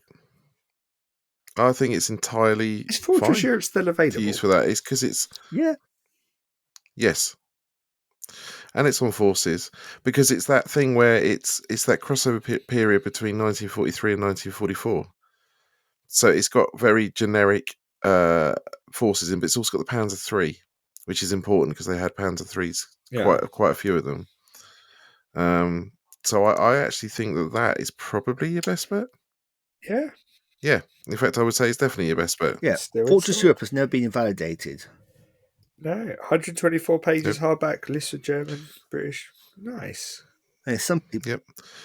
And you should be able to get it relatively cheaply because £16.20. No one wants it. But yeah, it's quite handy for doing generic forces like that. You can do there'll be Panzer Grenadiers in there with or without half tracks, which works. Yep. I don't think they have Panzerfaust. No. Are you sure? I think they can do wrong. either or. Hold it, please, caller.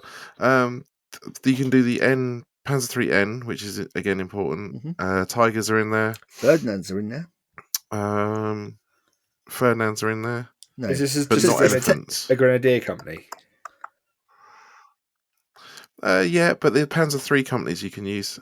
They didn't have Panthers because they were held by Kesselring in reserve. Yep. So they were penny packeted Grenadier out. companies, grenadier platoons can take Panzerfaust. 2 points and can take Panzerschrecks. But you can and an anti-tank, and you can also take an anti-tank rifle, and I believe. Yep. So it gives you a lot of flexibility in the list. I'm trying to think what else Hermann Goering stuff they would need. Careful. I think that's probably most of it. Yeah, I mean, there's standard Panzer Grenadiers, but it's almost like you're running a Tunisia formation in early 44. What's the worst that could happen? I mean, the other thing is because you can now... the other thing is you can mix in the other units now. So even if you take that as your... Oh, no, hold on. You could take another formation for the support and then take a... you could take Europe one company. of these formations in another book's force, effectively. Yep. So you could have the support weapons, that kind of thing, from another book. See, if you wanted elephants for Anzio stuff, you could do a migration list with a Fortress Europe formation in. Okay, Rick. So that gives you actually an elephant rather than a Ferdinand. I mean, that's... If that really matters to you. It's strong. Willkommen, bienvenue. I don't know what it is in Italy. Mike Robertson asks, what's the most convoluted / worst rule set you've ever played? Oh, Harpoon, without a Harpoon? shadow of a doubt. It's definitely a better computer game than it is a board. Yeah, it's a modern naval game. Yeah, it was awful. Didn't actually need figures. Just firing missiles over the horizon at each other is so stupid. Modern naval warfare. So yeah. Yep, I know. It's just dull. So dull. Yep, that's mine. Lee? Oh, I'm trying to think. Battletech. Hey. Shots fired. Or not, it's got too much heat. Yeah. Not terribly screen that Battletech can get convoluted. I didn't try the Alpha Strike because that does always simplify things. Oh, it's so simple. It's almost too simple. Rogue. If you ever tried playing Rogue Trader, back in the day, even the later versions where they started where basically it's like proto version 2 with battle manuals and stuff. Yeah. But you had those weird data slates for the tanks where you put the thing over the side, and then the most convoluted set of instructions to work out where you hit ever. So you add your burst skill, you take off your deviation, you roll this to then move it left or right. And yeah, so Rogue Trader was definitely the most convoluted set second edition for me, because I've never actually played Rogue Trader. But second edition, but that's the thing. If you play Rogue Trader, second edition was like a really streamlined rule set comparison. Yeah, but it's still not. It's still not. No, it definitely benefits some rose tinted glasses. But it wasn't bad. It was just convoluted. Mm-hmm. It's fun. It just took forever to do what you wanted to do. Mike also asks, how do we convince Battlefront to cancel US Masters? Just leave. Yeah, you don't need to worry. Just let them carry on for themselves and they end up being cancelled anyway. Did you not just do the kid thing of just setting the fire alarm off? Probably doesn't work. Yeah. Oh, that's true. Or if the sprinkler system goes on, that Masters could be a bit is a ranking system, well. isn't it? Yes. Did you say ranking? Effectively. Okay, I thought you go to certain events and then there's like an invitational, final event where if you win it, you go, and that's the Masters event. Effectively. So because they used to have a UK version back in the day, and I ended up feeling, and it formed because it brought it out in me. It means that there's every game counts, right, at a tournament. So because the points, it means that if you have a bad weekend, you're not just having a bad weekend. You've negatively impacted all of your good weekends.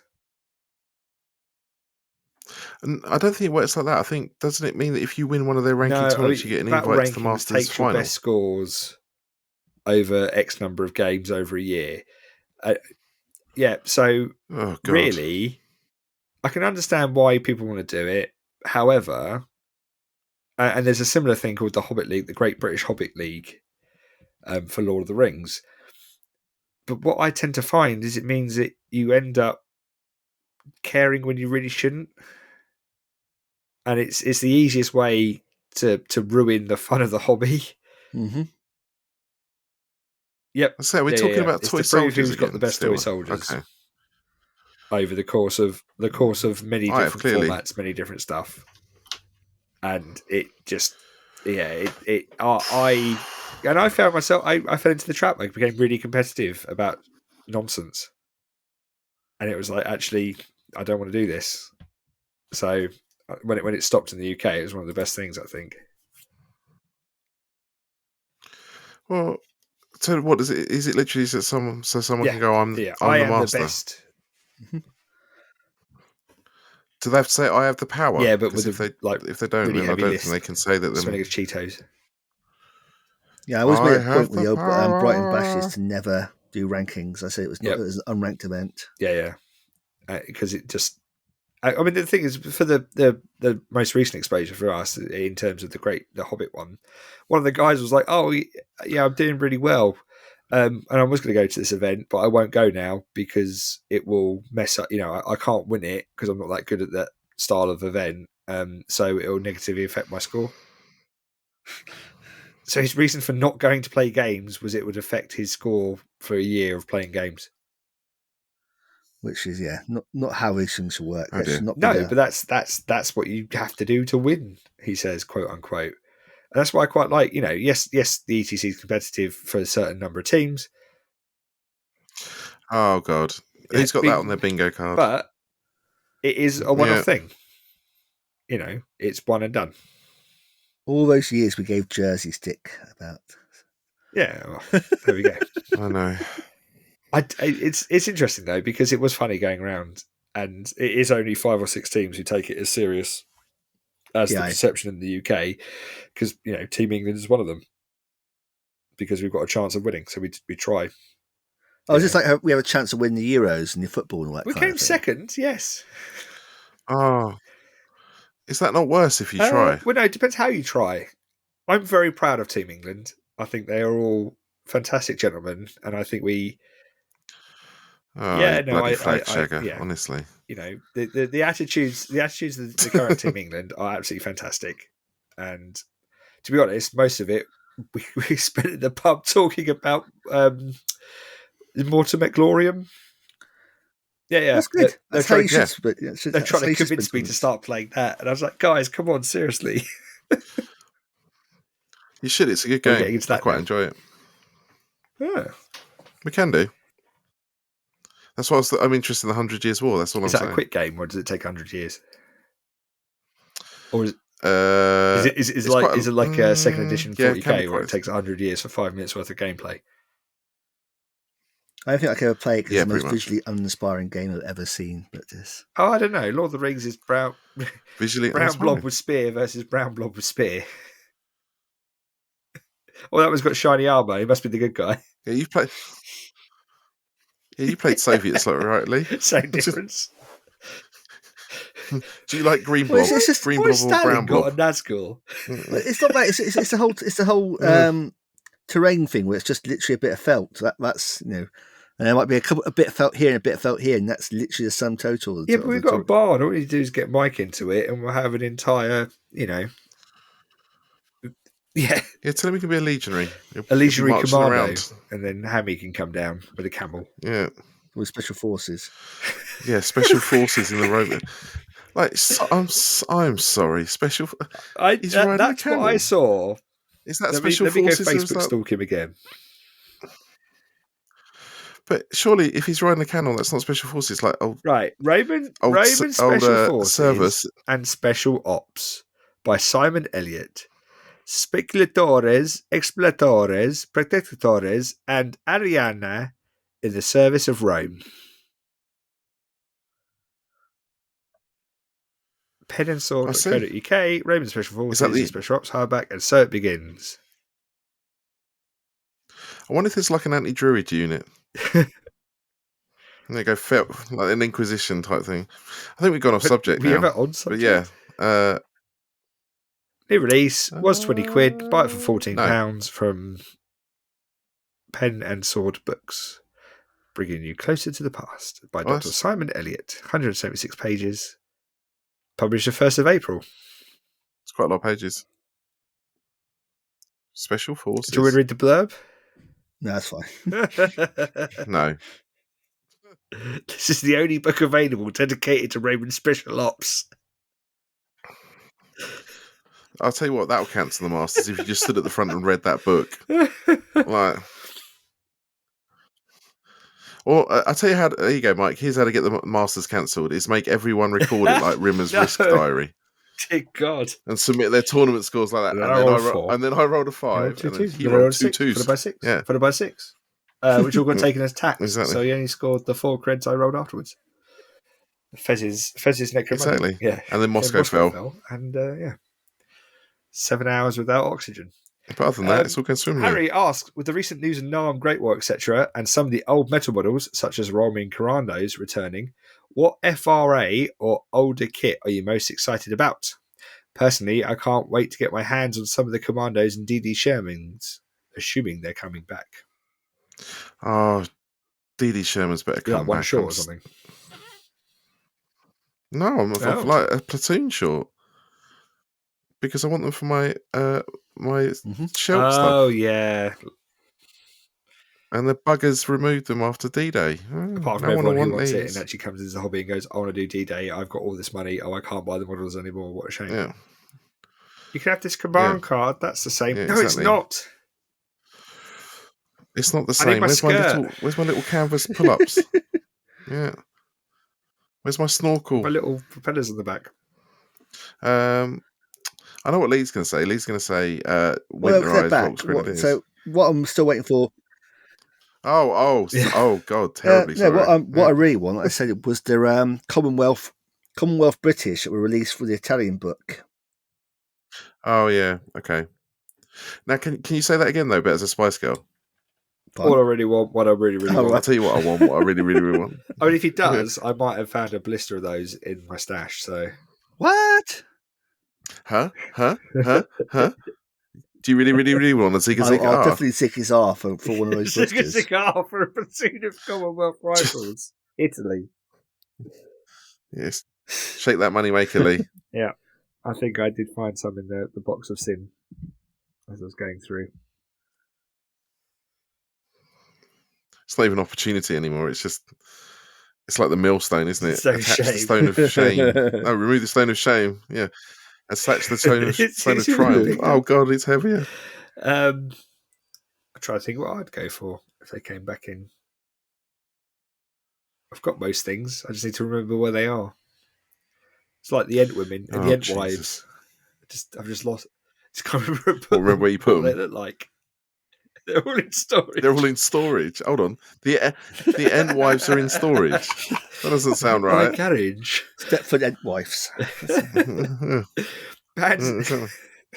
Footballers Ent wives. Pantaleer asks, it may be a general discussion topic rather than strictly an officer answers, but where would people recommend for a road trip in France? We've already done Dunkirk, Epicles, Dieppe, Normandy. Is that Epilacux? I did. They made me do Jesus Spanish. Christ! I don't even know. Right? I wanted to do French.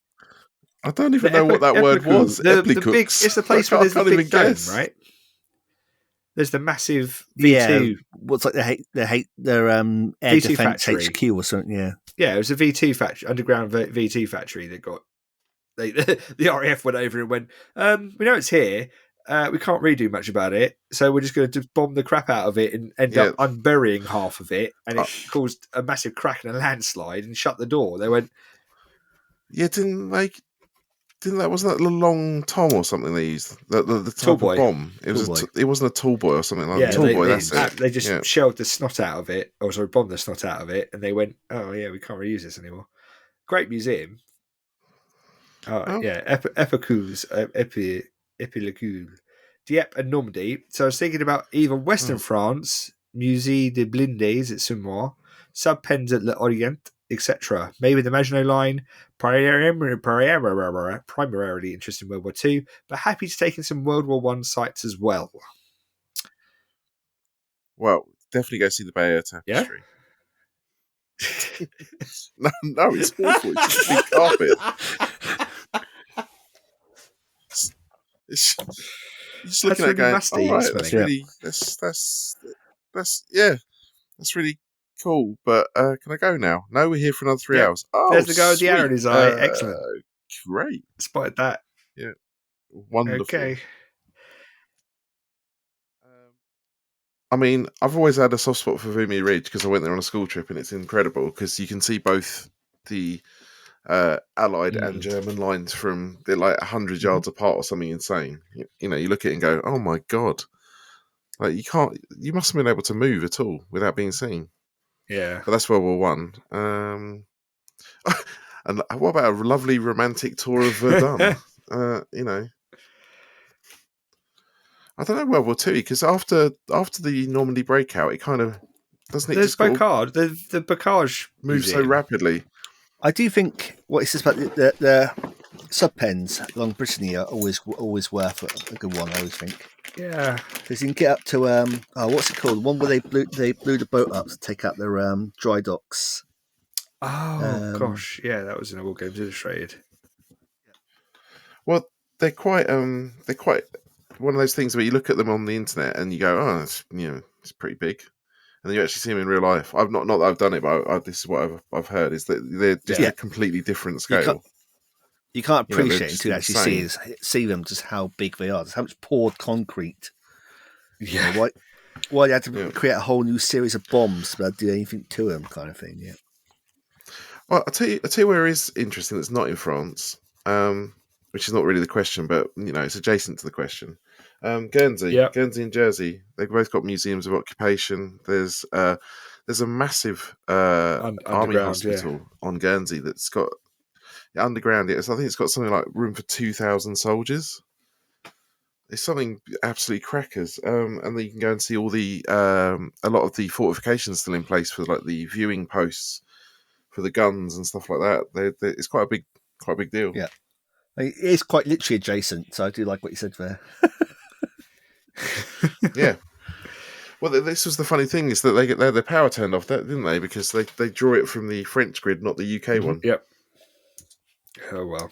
Some Uplands. Oh dear. Arnhem for me, not France again. Yeah. Oh, if you're gonna get out, at least mine was adjacent. You can do a whole road trip again, like Eindhoven, Nijmegen, Arnhem. Yep. It's a really good weekend, basically. Yeah. Well, you can also pop by Waterloo if you're doing that. It's not far. Well, there's nothing to see. It's just a big field. Where floats your There's a boat. farmhouse in the middle, isn't there? There's a big monument, isn't there? Yeah. Yeah, to the Prince of Orange. Yeah. Yeah. I mean, Arnhem. I still want to do Bastogne. Not done that yet. But yeah, I mean, it's shocking how far away Normandy actually is from Calais. It's quite a way down. But yeah, good fun. Cornelius Cotter. Oh, Cornelius Cotter. I like Cornelius Cotter, Italian contingent. Just getting into event and tournament play for Team Yankee and Flames of War, I found when first playing at a local store and at a tournament, I had no idea what I should have bought, i.e. dice trays, measuring tapes, templates, rules and unit summaries and clipboards, movement trays, etc. More veteran gamers had with them. Any recommendations on what you bring to an event? Water. Mm-hmm. Yeah.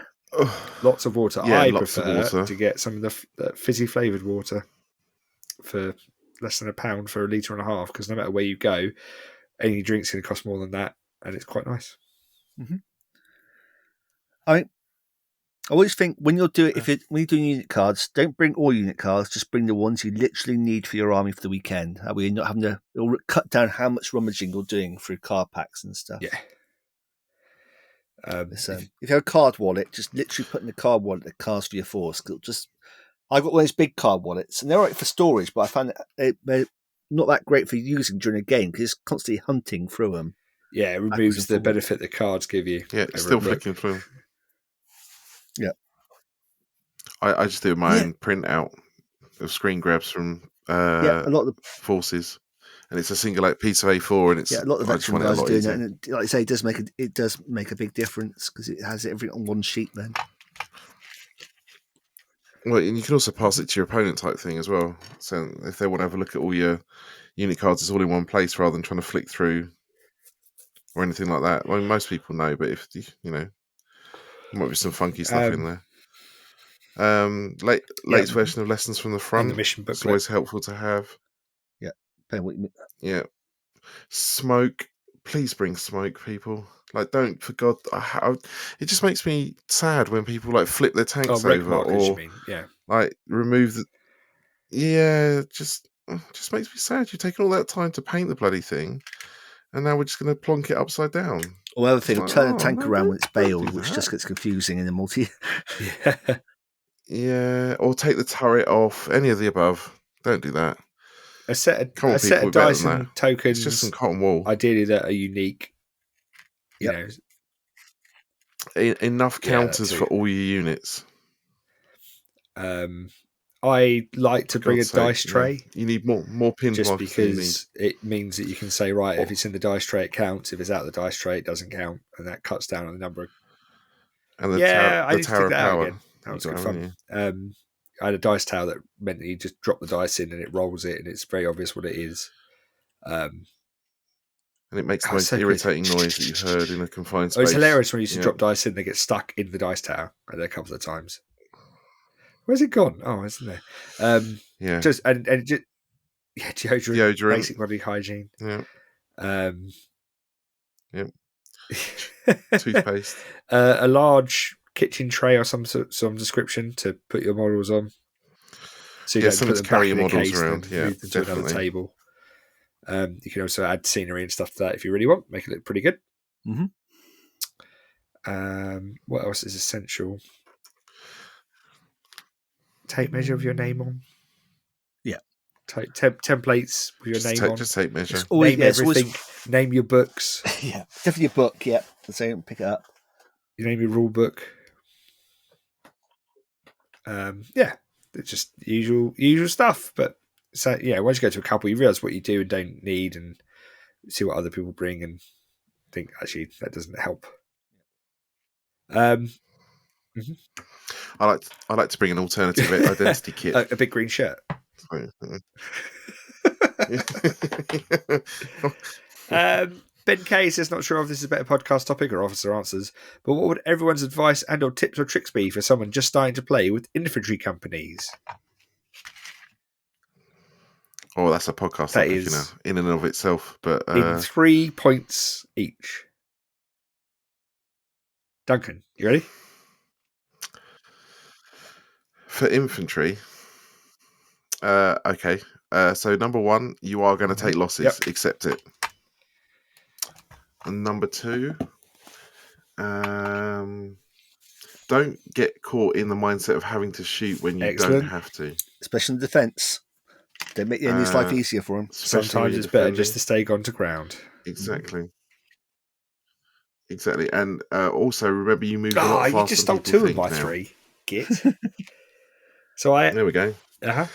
Yeah, blitz or dash plus move or plus blitz or follow me plus so dash. I had horrific. Don't shoot when you don't have to. Yep.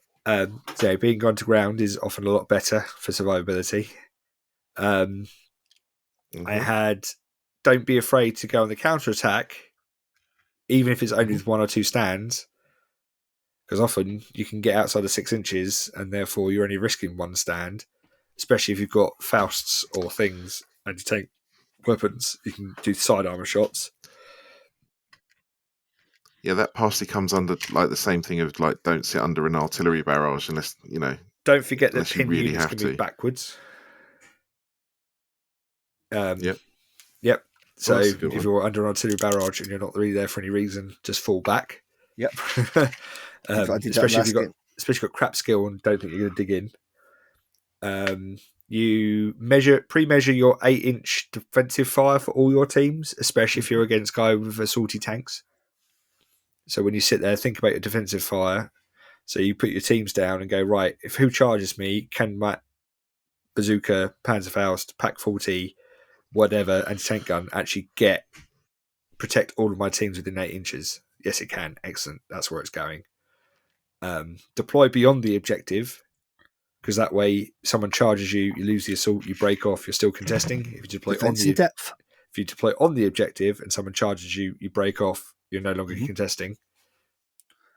So one of the things I would suggest is when you're defending, don't forget you can go forwards.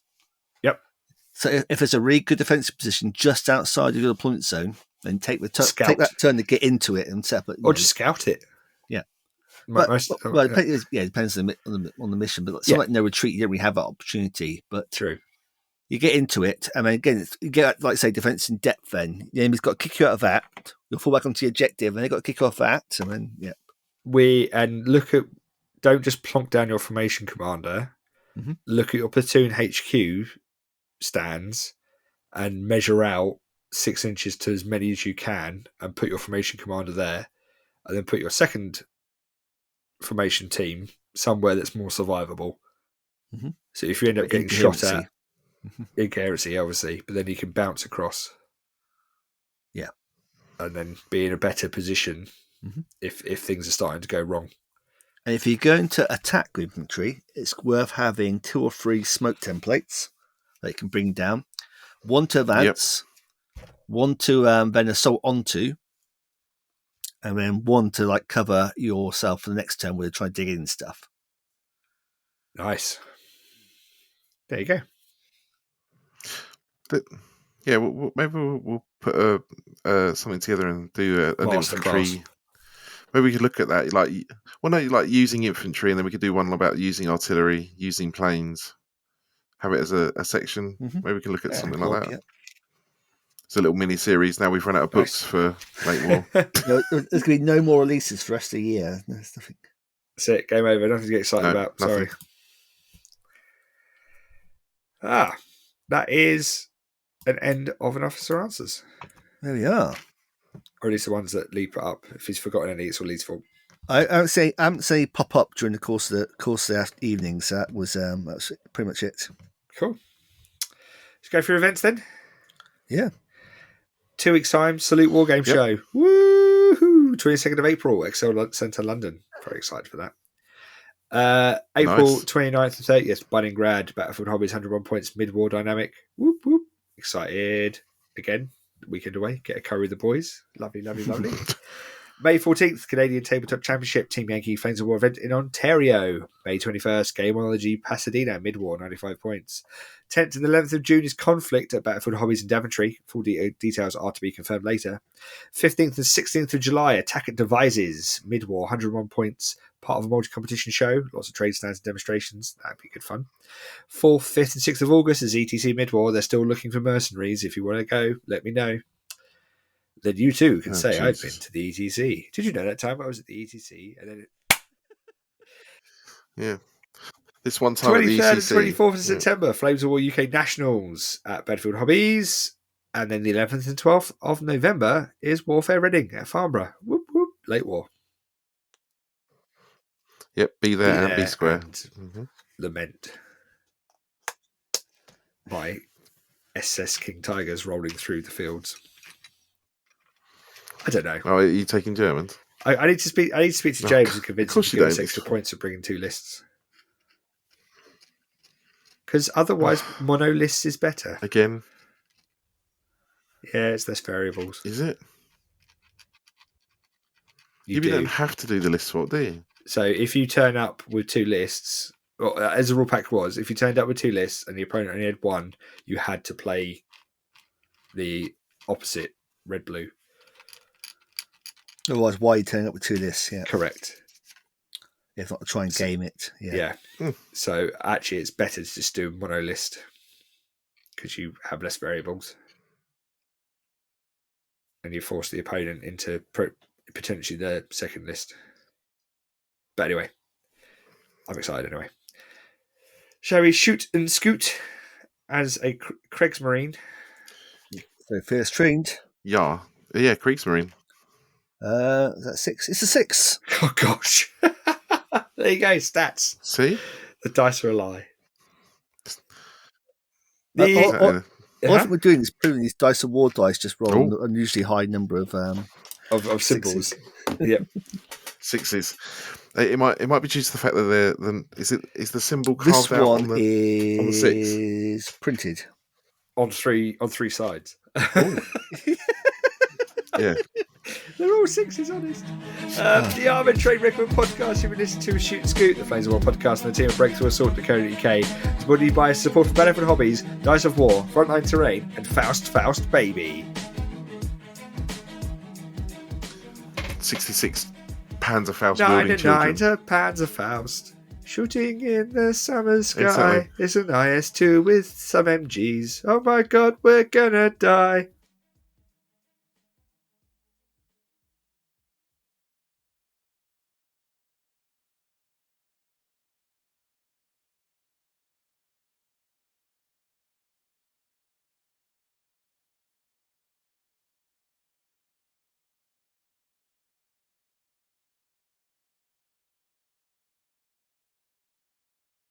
Don't be fooled by the wiggles that I got. I'm just Duncan on the block. Used to have a little, now I have a lot.